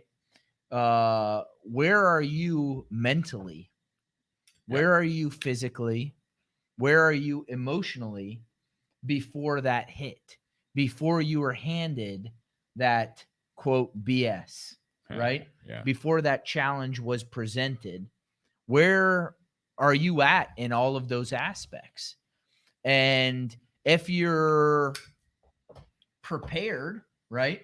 Mm-hmm. If the training that you had, and again, none of us could have prepared for what we went through. Nobody knew what was going to happen. But now, looking back, right, retroactively, Choose Your Own Adventure book. You looked right. Should have gone to page 52. What could you have done, or what will you do in the future when if you are presented these challenges? Yes. Right. Yes. And the people who necessarily weren't prepared, but the people who thrived Yeah. through this time, if I can use that term, Yeah. might have been a little bit more prepared physically, emotionally, mentally, right, for this. So, what did they do, right? And we can get go round and round about talking about what you could have done, but what lens that I look at my life through is this was a challenge that presented itself, and how am I going to get through this, right? Yeah. How am I going to make the best of this? How am I going to light this up and come out on the other side? And so through the lens that I look at most of my life is through the leadership lens, right? This is nothing new to both of you. And this is both professionally and not professionally, right? Yeah, personally, right. Personally, I lead my family. I try and be a leader in my friendship group. I am a leader in my church. I be a leader in the position that I'm in my job. Yeah. And so I look at that and focus through the lens of leadership. Mm-hmm. And that's where that binary line that I brought up before, that I'm working through to challenge myself. I didn't have that, right? Before. I mentally, looking back, I was aware of that, if that makes sense. Yeah.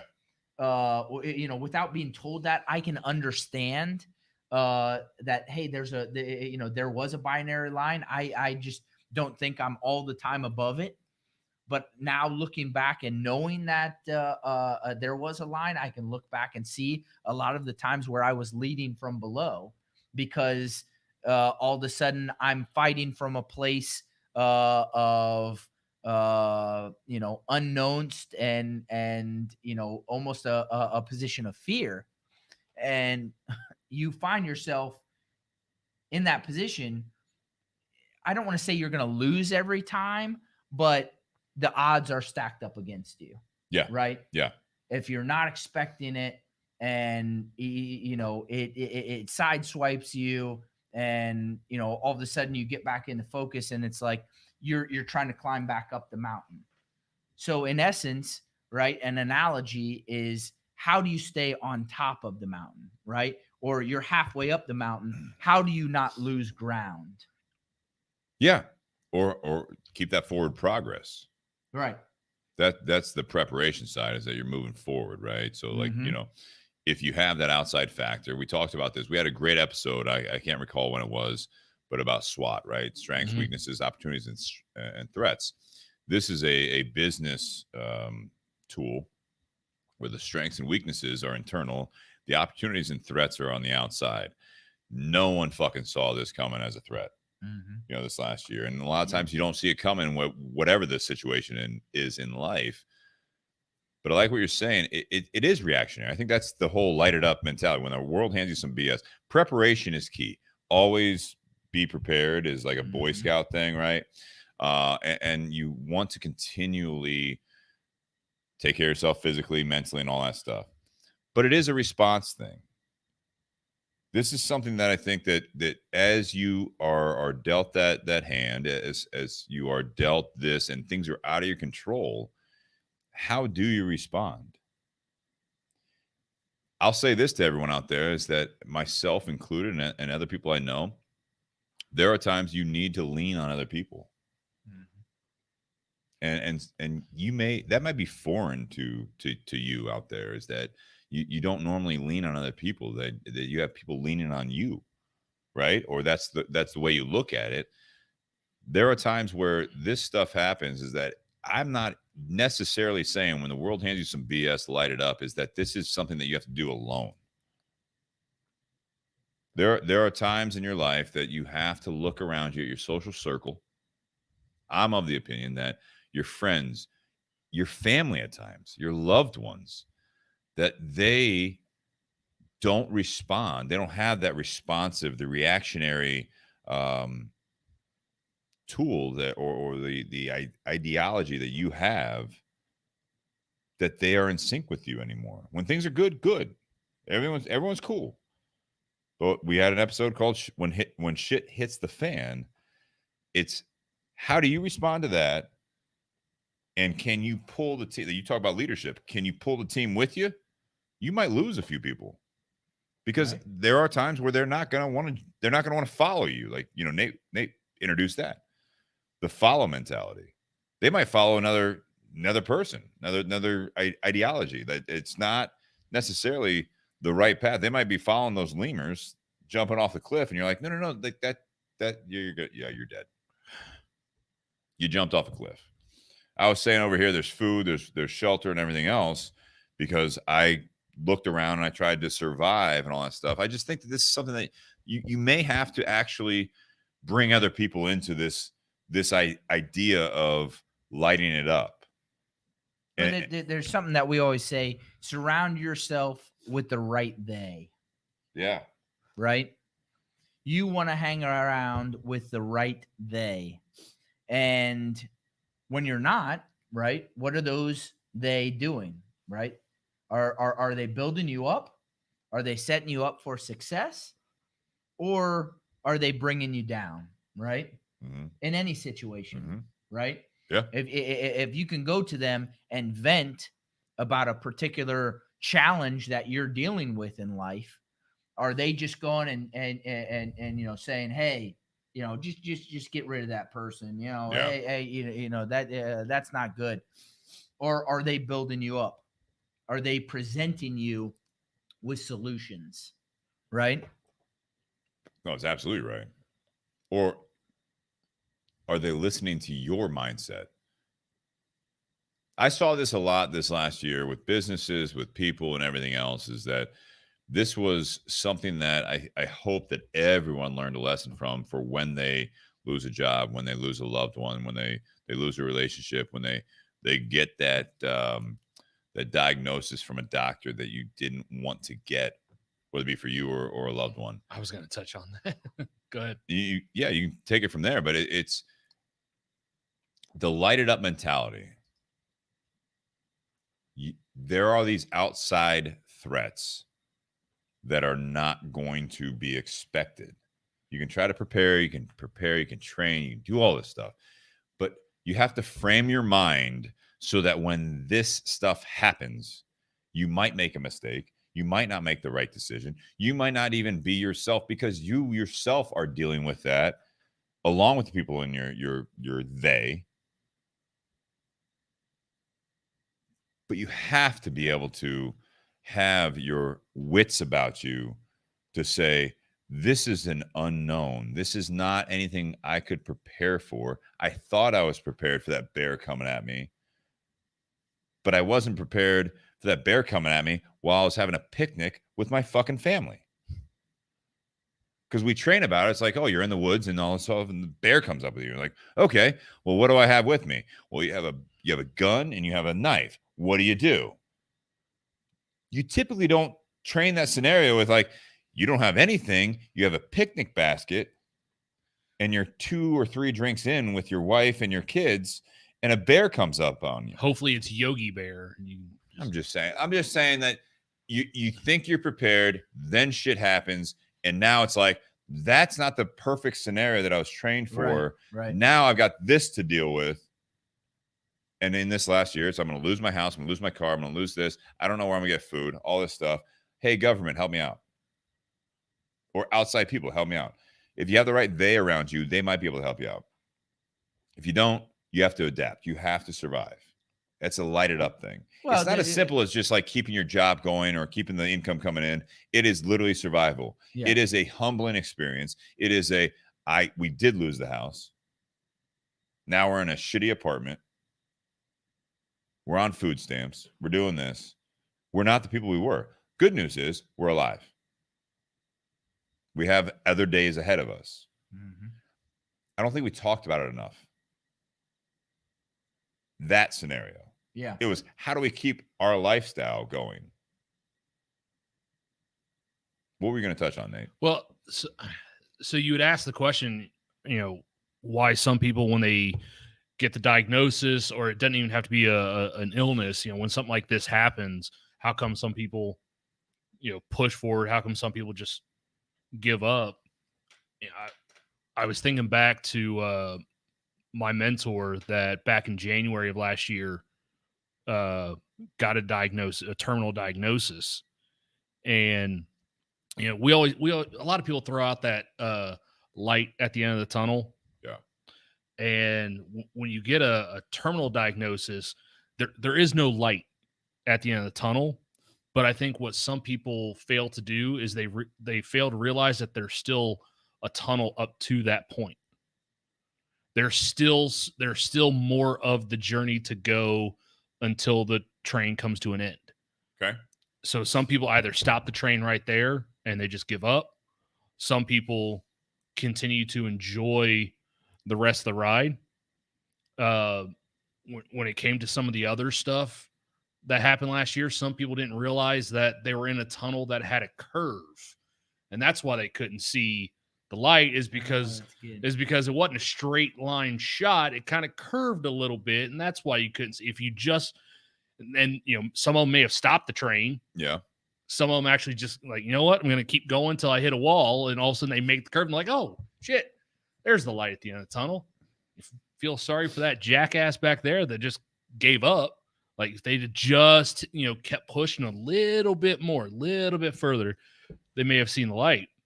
But my mentor, there was no light at the end of the tunnel, but during the tunnel that they still had, they still got the most out of what they could. They still got as much out of the journey as they possibly could. Yeah. And that was inspiring for some, sad for others that knew him. It was definitely inspiring for me. Good. Ended up being a much shorter tunnel than we thought or than we wanted, but still made the best of what had been dealt to him. Yeah. He didn't just sit there and, the day he received the diagnosis, he didn't give up and quit on life and just sit at home on the couch and do absolutely nothing. Him and his spouse still did everything they could to enjoy what time together they still had left. That's really powerful. And many people actually took those two routes that you're talking about, where when things were out of their control, it took them out of their comfort zone and they stopped. Like you're talking about. I'm not saying that makes them jackasses, but I mean, it's like you said, jackass that pulled over back there. But sometimes you do get that curve in the road. Well, I mean, think about that. Think about that challenge and how much different, a medical challenge is in that scenario. Yeah. That we're talking about, and how many people are dealt that card or have to deal with that card when, here we are in 2021, an extended 2020, as Steve, said. And we look back and it was terrible. And I'm not, belittling. We already did. We did the disclaimer. We did the disclaimer. Yeah, we're all the same. Yeah. But I can very much relate to that, Nate. And I've shared before on the podcast that my mom passed away when I was 15. Mm-hmm. She was diagnosed with cancer in 1993, and I believe I think I was in the third grade, and she did not give up, during her battle. Yeah. She battled through. She was diagnosed with breast cancer and went into remission. I don't exactly remember what the year was that she went into remission, but I remember her fighting every way in any way that she could for myself and my brother and my dad. but then was re-diagnosed that the cancer had come back in her back and had metastasized from there and went throughout her body. And we did. I say we did, but she made the best of it. And looking back, she made the best of her life. She made the best for my brother and I's life, and fought every minute, and finally succumbed to it in 2001, but had a 7-year battle. And the people that knew her, she brought joy to life. She smiled, as much as she could. But looking back on, that situation, and when you see people in those situations, it really makes you value not only what you have, right? That goes without saying, but it really makes you, or puts into context, what a challenge is, right? Yeah. And when you're handed something, right? And there's some people that can't relate, and just hearing that story, it doesn't resonate with them, and they have no idea what it's like. But hey, guess what? I lost my job, and I lost my income, and I lost everything I had. But the point that you guys made tonight is, well, you're still alive, right? Yeah. You didn't lose everything. And that really puts it into perspective. I think I think that is a certain perspective. When you have something to live for, that's what you focus on, right? Yes. Do you think watching your mother go through that for 7 years impacted you, and how you then dealt with how life came at you after that? In the 20 years since then, did you learn something from how she handled that taught you how to handle when something like that happens in life to you? Not necessarily the exact same thing, but at least taught you how to handle adversity and Yeah. deal with those. Yeah, and it's funny, Nate, because I've never really thought about that through that lens. I really didn't think about my fighting nature, my leadership nature, my aspiration through the lens of did I get that through that situation, and watching my mom go through that. But I think that yes, the answer is yes, very much so, now that I give it 100% of my thought. Whereas I think it was kind of instilled in me by watching her go through that. I think that I just, in a weird way, received some of that, fighting. That's not weird. Nature. No, you Yeah. absorbed it.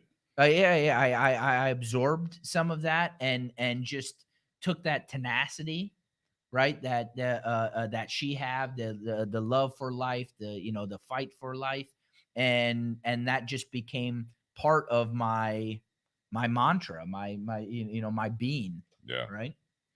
Yeah.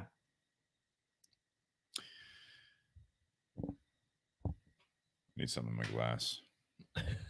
You want me to grab that bottle? I don't know, Josh. You want to crack that willet? Sure. Nightcap it.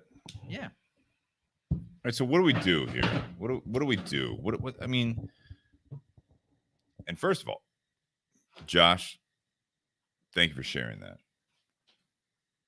I think that it's really amazing to know someone like I know you, Josh, over the last 8 years. And over the last 8 years, and even doing, like, this is not a normal business relationship, but we've when you open yourself up, like they're like, I feel like you and I have a personal friendship.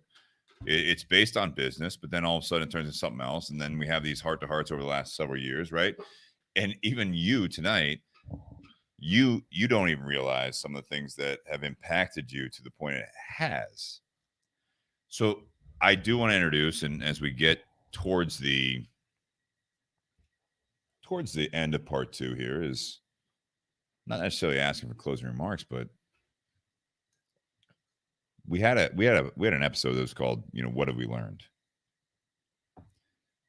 I think it's very important to this, where were you at this point last year, when the world stopped turning, as Josh said, is what do you actually take from all this moving forward?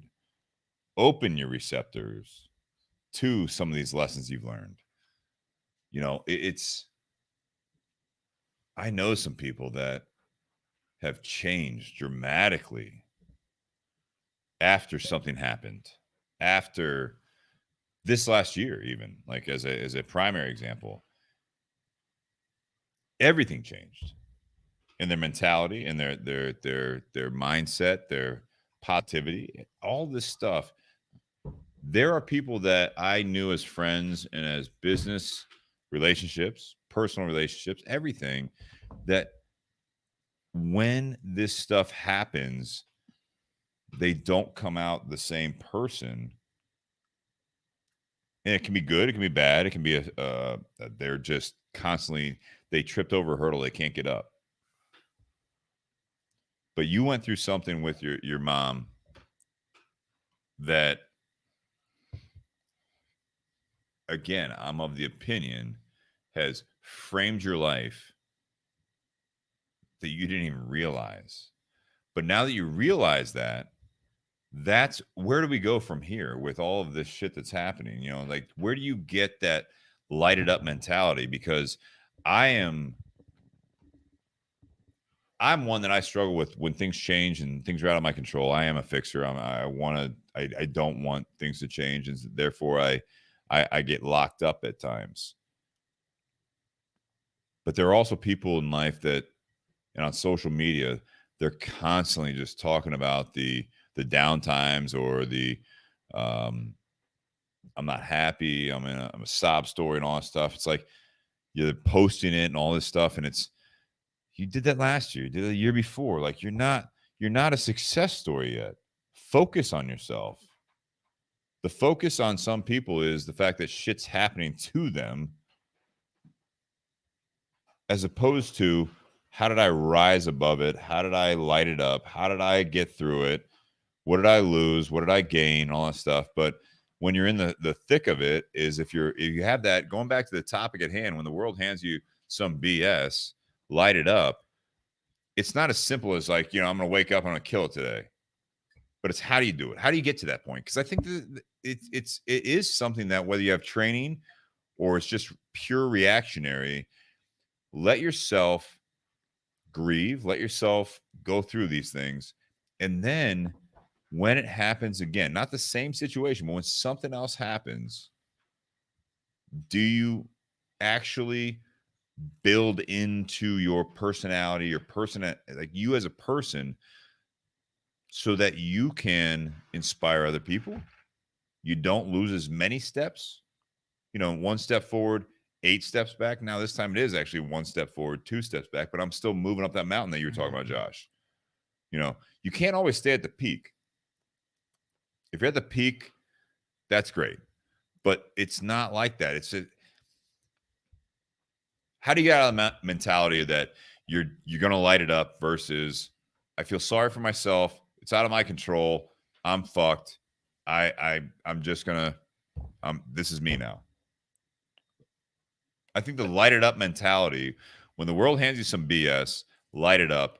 It's not as easy as it sounds, but you have to have that hunger. You have to be able to say, again, life's not over for me, whether it is losing a loved one, whether it's losing all these things around you, or in this last year that things were out of your control. How do you make the best out of 2020? How do you make the best out of 2021? How do you recover from this? How do you react to it? How do you get to the point of that I'm going to light it up? I think for me, like what comes in comes out. Explain that. If whatever situation you're going through, whether it be, what's happened throughout the last year, whether it be a loved one being diagnosed, if all you absorb and all you look at is negativity, Yeah. all you're going to see is negativity. All you're going to spew out is negativity. If you surround yourself with positive people, you have a positive mindset of things, and that's not something that it's not like a light switch where it just flips instantly. Like it takes practice and discipline to develop. But then when all of a sudden something happens, if you're still taking in positive, you're more likely to have a positive outlook and a positive drive to get through those things. Ian was feeling me on that question right here, and that's what you're getting to, is that you cannot get sucked into being a victim. Yeah, if all you're looking at is victim stories, and if all you're looking at is negative, and victim, all of a sudden you develop a victim mentality, and you feel as though you're the victim, or instead of being a conqueror, being a champion, you've when all of a sudden a fight approaches, you've already lost the fight. You lost that fight before you ever even stepped foot into the ring. But if you surround yourself with positivity, and you have that outlook, and you're always trying to find the positive in something, even in a negative, because not everything is, green grass and rainbows. But if you can find, like the other shirt, the silver lining to some things. Focus on the silver lining. Exactly. If you can find the positivity in even some of the bad things that happen, then you're more thankful when good things are happening, but you've also prepared yourself to continue that positive outlook the next time something else happens.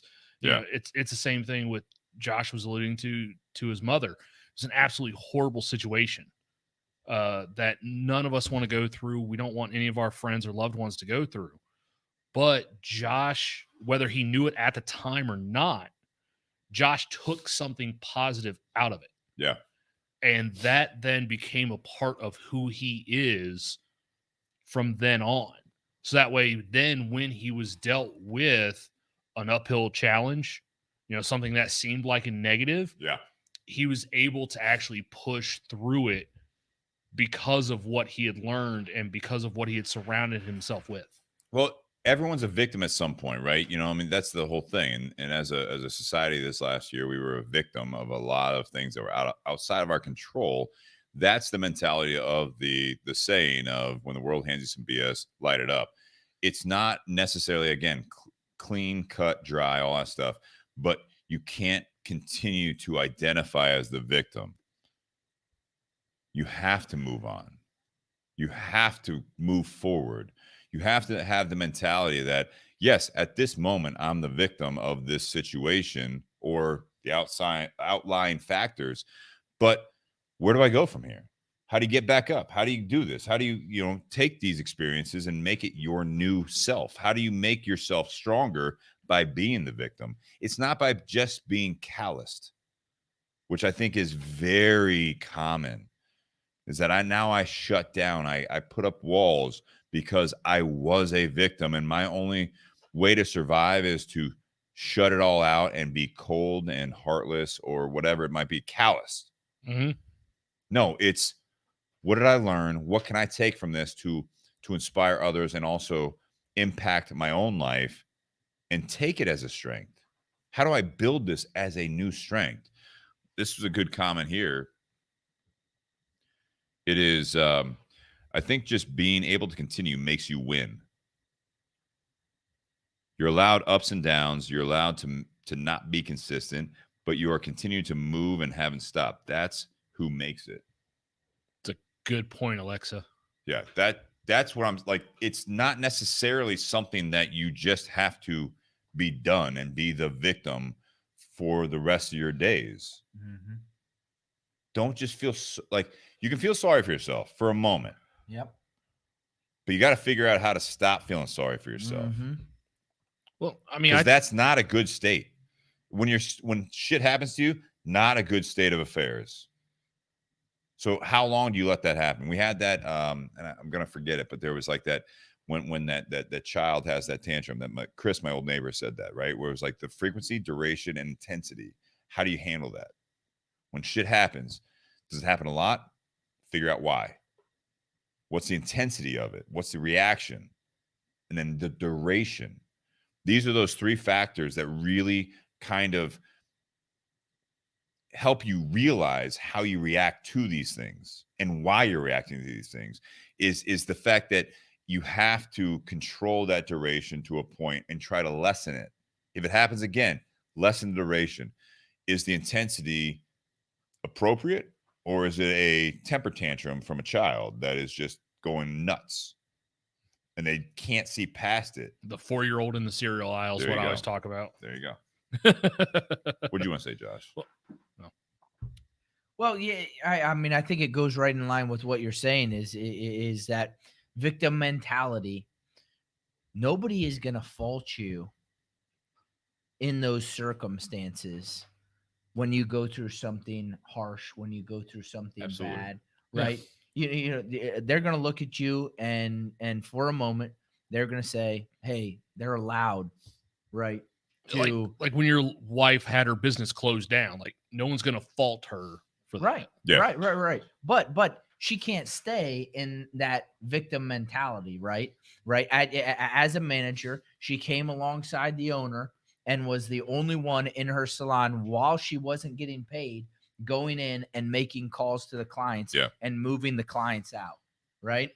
To March and then April. And then what did she do in April? Took another 4 days and went in not getting paid and made calls and moved from April to May, right? And you know, and do it. And what did they do? They came out on top, right? Yeah. And she was rewarded for that, right? Having you know that mentality. Nobody would have faulted me if I just reclused and hey, my mom died, right? And my grades failed, and I failed out of high school, and you know, his mom passed away. Well, how long do you allow that to define you, right? Right. And so that goes into a different opportunity.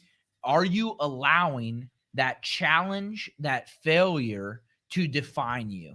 How much sweeter though does the success feel when you push through that negative? Yes, people would not have faulted you if you'd have just turtled up and failed at what was going on. You can only do it so long, though. That's the thing. Yeah, That's so. Well, and I think there's no one. I don't think anyone in the right mind is going to take away from what you're saying. When shit happens, you lose someone, you lose a job, you lose a relationship, whatever it might be, right? You are the victim at that point, right? This is something that happening to you that you had no control over, but you can only identify as that victim for so long before it becomes your identity. You know, when I lost my dad, the same thing. Everyone around me that supported me were there for me to get through it. But at some point, life is going on. Mm-hmm. So now you have a choice. I'm not saying a choice to just move past it. It's grow with it. Mm-hmm. And that's, I think, the biggest thing is when we're talking about that, when the world hands you some BS, light it up. You're allowed to grieve. You're allowed to grieve. You're allowed to go through all these things that, you know, it doesn't matter. You know, turtle up, right? Your pet turtle dies. You're allowed to be sad, right? But at some point, do you want to just identify at that moment for the rest of your life? Or do you say, no, I learned from this, I grew from it, and I am still sad when I think about that moment. Mm-hmm. But I'm not sad every day. I got to keep living my life. That's the lighted up mentality. That's that moment where you take a turn to a point that you don't let outside factors rule your life. That's the biggest thing. That's the biggest thing I think we've dealt with this last that I know I have. I'm not speaking for everyone. I think a lot of people have dealt with the last 12 months. Things happening to you don't necessarily have to identify who you are. Well, and I go back to what I said about kind of the in and out, what comes in comes out. I look at you, Steve, as a great example to that. Oh, here we go. For all the time you've had tonight, guys. No. So what I've seen from you, not only in the time that I've been at the Tinder Box, but even the time when I was just a customer at the Tinder Box. Okay. What I've seen from you, Not sure where this is going, but all right. what I've seen Camera from can just pan away from here. what I've seen from you is a desire and a passion to grow and improve the business. Sure. That's who you are. That's what you set out to do for years. When the 10 event, March 2020 happened, canceled. Sure, yeah. Mm-hmm. And then all of a sudden the shop was shut down. Right. Because of who you were leading up to that point, defined how you reacted to that situation. Because of your desire to push through and always try and grow, not just the business, but also yourself. When all of a sudden life happened, when the world handed you some BS, when the world handed the shop, I came up with a t-shirt. some BS. Not only did you come up with a t-shirt, life lesson here is that you can come up with t-shirts. You came up with a plan. Yeah, I know. Like you and Brian both. Mm-hmm. You guys came up with a plan to get through it, to do as much as you could with the cards that had been dealt to you. Yeah. And then I think we've seen, since that had happened, like since then, after when it was just delivery or people coming around the cul-de-sac, picking up about the drug house. But then all of a sudden when it opened up to curbside, then it opened up to allowing one person in the shop at a time, to then allowing people to come in and shop, but no one allowed to be inside to smoke and hang out. Like the effort that you put in before all of this led to how you reacted during it. And I think you and the shop came out better because of all the effort that had been put in place before that. You had a passion and desire to grow, not just you, but also the business. So when all of a sudden a negative happened, you were still doing everything you could to grow the business. And that's why when all of a sudden things got better, you were ahead of the curve. You were even better than some of those that didn't do anything. There's a bit of survival that Josh was talking about too, though. Here, all right, thank you. First of all, thank you very much for that. I think that I am one of so many people during this pandemic that tried to survive, tried to grow, not going to let the outside factors just absolutely wreck everything. Luckily for me, there's been some experiences there that there are some calluses, right? It's funny. I was talking to a couple guys at Fido the other night. They're older than me, and all of a sudden we started talking about like lifting and exercise, right? And I did this, and the one guy who I don't know as well, he's like, "Well, you obviously lift because I saw your hands, and I've got these calluses on my hands." I'm like, "Yeah, I've been doing that for a long time and all that stuff." Those do experience and everything else that it actually builds to the character, right? And that's where we talk about Josh with losing your mom and everything else that's happened in your life. Me losing my dad. It doesn't have to necessarily be losing a loved one, right? But those are some of the biggest calluses that you can actually live with on your hands. That when you pick up something the next time, it doesn't hurt as bad. Yeah. So I'll say this. Let's get into the closing remarks. We've gone long enough, and I love this conversation. I love the audience participation. But I'll say this: when this shit happens, right? So when the world hands you some BS, allow yourself, within reason, be pissed, cry, close the door to the room that you're in for a moment to just soak it in. Do not let yourself get to that point where you just throw it down deep and just, I'm not going to address this. I'm just going to move forward like nothing's wrong, blah, blah, blah, because it's going to come back. Address it head on. That's part of the lighted up mentality. These are not my closing remarks, but they're kind of getting into it. But it's like, allow yourself to grieve. Allow yourself to get mad. Allow yourself to really, really address what is fucking happening. Because if you don't, it's going to come back and you're going to sacrifice other relationships, other situations, because you will react poorly, not like yourself, if you don't. Yeah. So I'll push it to you guys, like, for the closing remarks. When the So- world hands you some BS, light it up. Light it up. When the world hands you some BS, grow from it. Yes. Right? Fertilizer.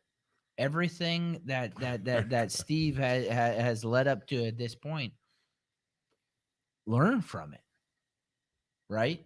And when you learn, you grow, right? When you exercise, right? Yeah. You grow. You're building up, right? When you train, you learn from that. You go from that. And I when you think strength train, you know how you grow your muscles? Tear them. You tear them apart. You're purposely damaging the muscles so they grow back stronger. yeah. Go on. And then you go and you tear them again, Goddamn right? Yeah. And so, you know, I mean, that is a great analogy, right? That you're gonna go through some tears, right? Life is gonna throw you, and I think that 2020 could be a lot of the times some of the biggest tears that some people have experienced Absolutely. this far in life. And let me be the first to tell you, it's not going to be the last, right? That's But good. what you're going to do with it, right? And how you come out of it on the other side is what defines you, right? And how you come out of it on the other side is what defines you. And so are you going to allow that pitfall, that failure, that challenge to define you? You would like to say no immediately, but what are you going to do when presented with that challenge? And so you alone have the opportunity, and that is with what we talked about, the they that you surround yourself with, the people that you surround yourself with, that they're either going to build you up or they're going to tear you down, right? During that time. And you hold your own destiny, really, in that spot. You can lean on what you have, the people, your faith, the things that you have built up in life, and you can move on. And that'll be the last thing I say. You have the opportunity to do that. Move on, grow, live life, love, and learn. Oh. It's a good t-shirt. That's another t-shirt. Josh is always dropping t-shirts. I know. Just start some like wall art. You know what I mean? Graffiti. That's fine too. And thank you, Josh, for bringing this Willet 4-year rye, because this is like candy in a glass. This is so delicious. I prefer the Cachaça. that's it. No, you don't. I really don't. Yeah, go fuck yourself, Steve. So when we were talking about this, I assume it's my turn. Yeah. One of the things I was thinking back to was this past Thanksgiving when we did a podcast. typically in the past, when the podcast has done an episode around Thanksgiving, it's always been, what have you been thankful for the past year, which is typical. That's like, if you go to a family get together for Thanksgiving, that's, my family, at least. I don't know about the rest of your families, but we would always go around and say what we're thankful for. But back in November, when we did the podcast, Steve, you introduced a different side of it. And it was, what do you want to be thankful for next year? And that's something that I've actually thought about during this podcast. Good. When we're talking about when the world hands you some BS, like when all of a sudden the BS is over, where do you want to be? Like, how do you get there? What happens if during the BS you win? Like, what are you going to do then? Or what happens if you don't necessarily win during it? You don't necessarily make it out as good as you were. The example you said, Steve, instead of living in a house and having the car, you're living in a crappy apartment. Shithole apartment. Yeah. The way you said, like, you're still kicking. Like, you still have a place. You still have a shelter over your head. You still have a roof over your head. You still have food on the table. When the world hands you some BS, not just how do you react, but you also have to think about where you want to be when you finally come out of that situation. Yeah. Now, some people are dealt a situation where there is no coming out of it, but they can impact how they deal with that situation. And sometimes how you deal with that situation, whether you see it or not, can have an impact on others and how others then deal with situations that come up in their life. So when you're dealing with a situation, don't just look at it selfishly and think about how you want to come out of it. Think about how you're handling that situation may impact others, because kind of like what I'd alluded to earlier, some people may follow you. Sometimes you're the one people follow. Yeah. Sometimes you're following other people. Josh had talked about being above the line or below the line. Sometimes people are following you.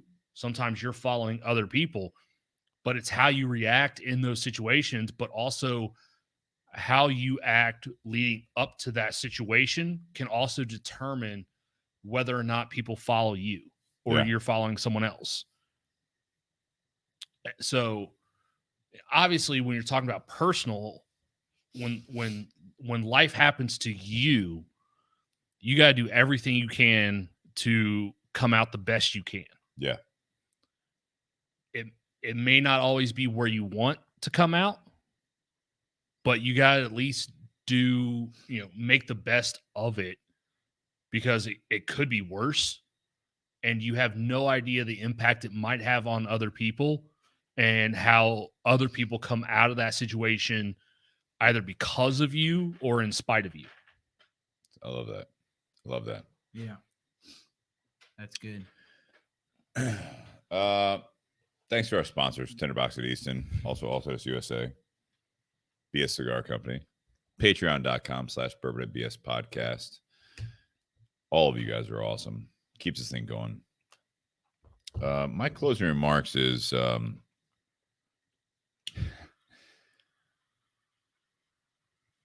don't be the BS.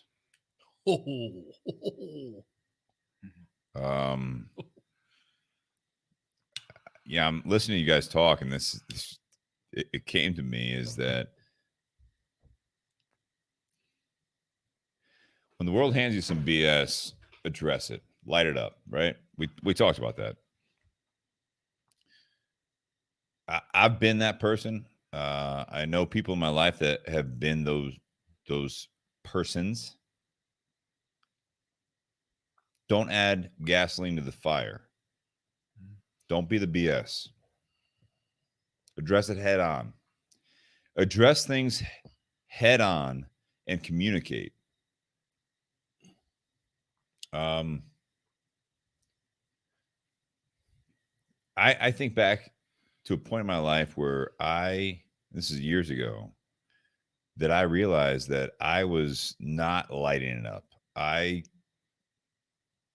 polluted waters. I became more BS. It was, I was the victim. I felt like the victim. I did not have the mentality on myself, of myself, that I need to light it up for myself and other people.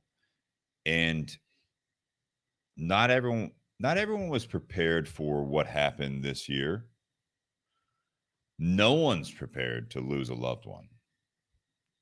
You can have all the training, you can have all that stuff, you can learn, read books, all this stuff.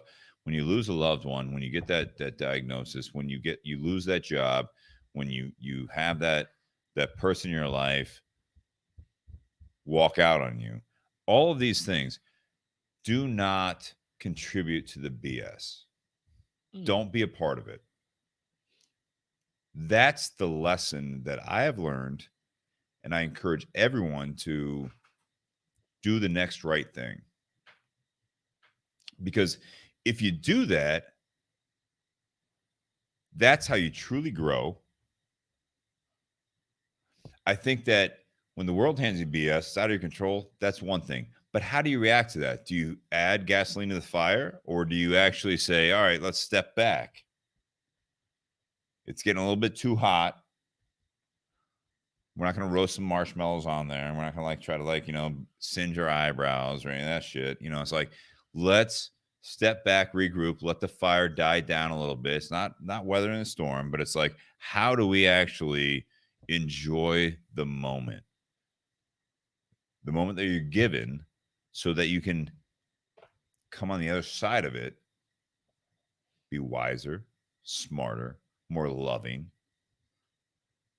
and realize that when things are coming from outside in, that you still have that core base. You talked about the they. You talked about, Josh, you talked about the they. Nate, you're talking about just everything that you don't want those outside factors to determine who you are. That's where I look at this, is that this is an opportunity. When life hands you BS, light it up. It's bring those people with you. Don't be a part of those outside factors. Don't let it drown you. Don't be a part of the quicksand. And it's okay to go through the grieving process. It's okay to be mad. It's okay to be sad. It's okay to feel like a victim. But now you have to thrive. Now you have to learn. Now you have to grow. This is the lighted up mentality, is truly, you have to survive, be better, to do good. Cheers, guys. Cheers to that. Happy Whiskey Wednesday, now that we're drinking rye whiskey. Thank you, everyone. Tune in next week. We're going to have a great show. Have a great week, and enjoy that spring weather. Hopefully it's coming your way. Cheers.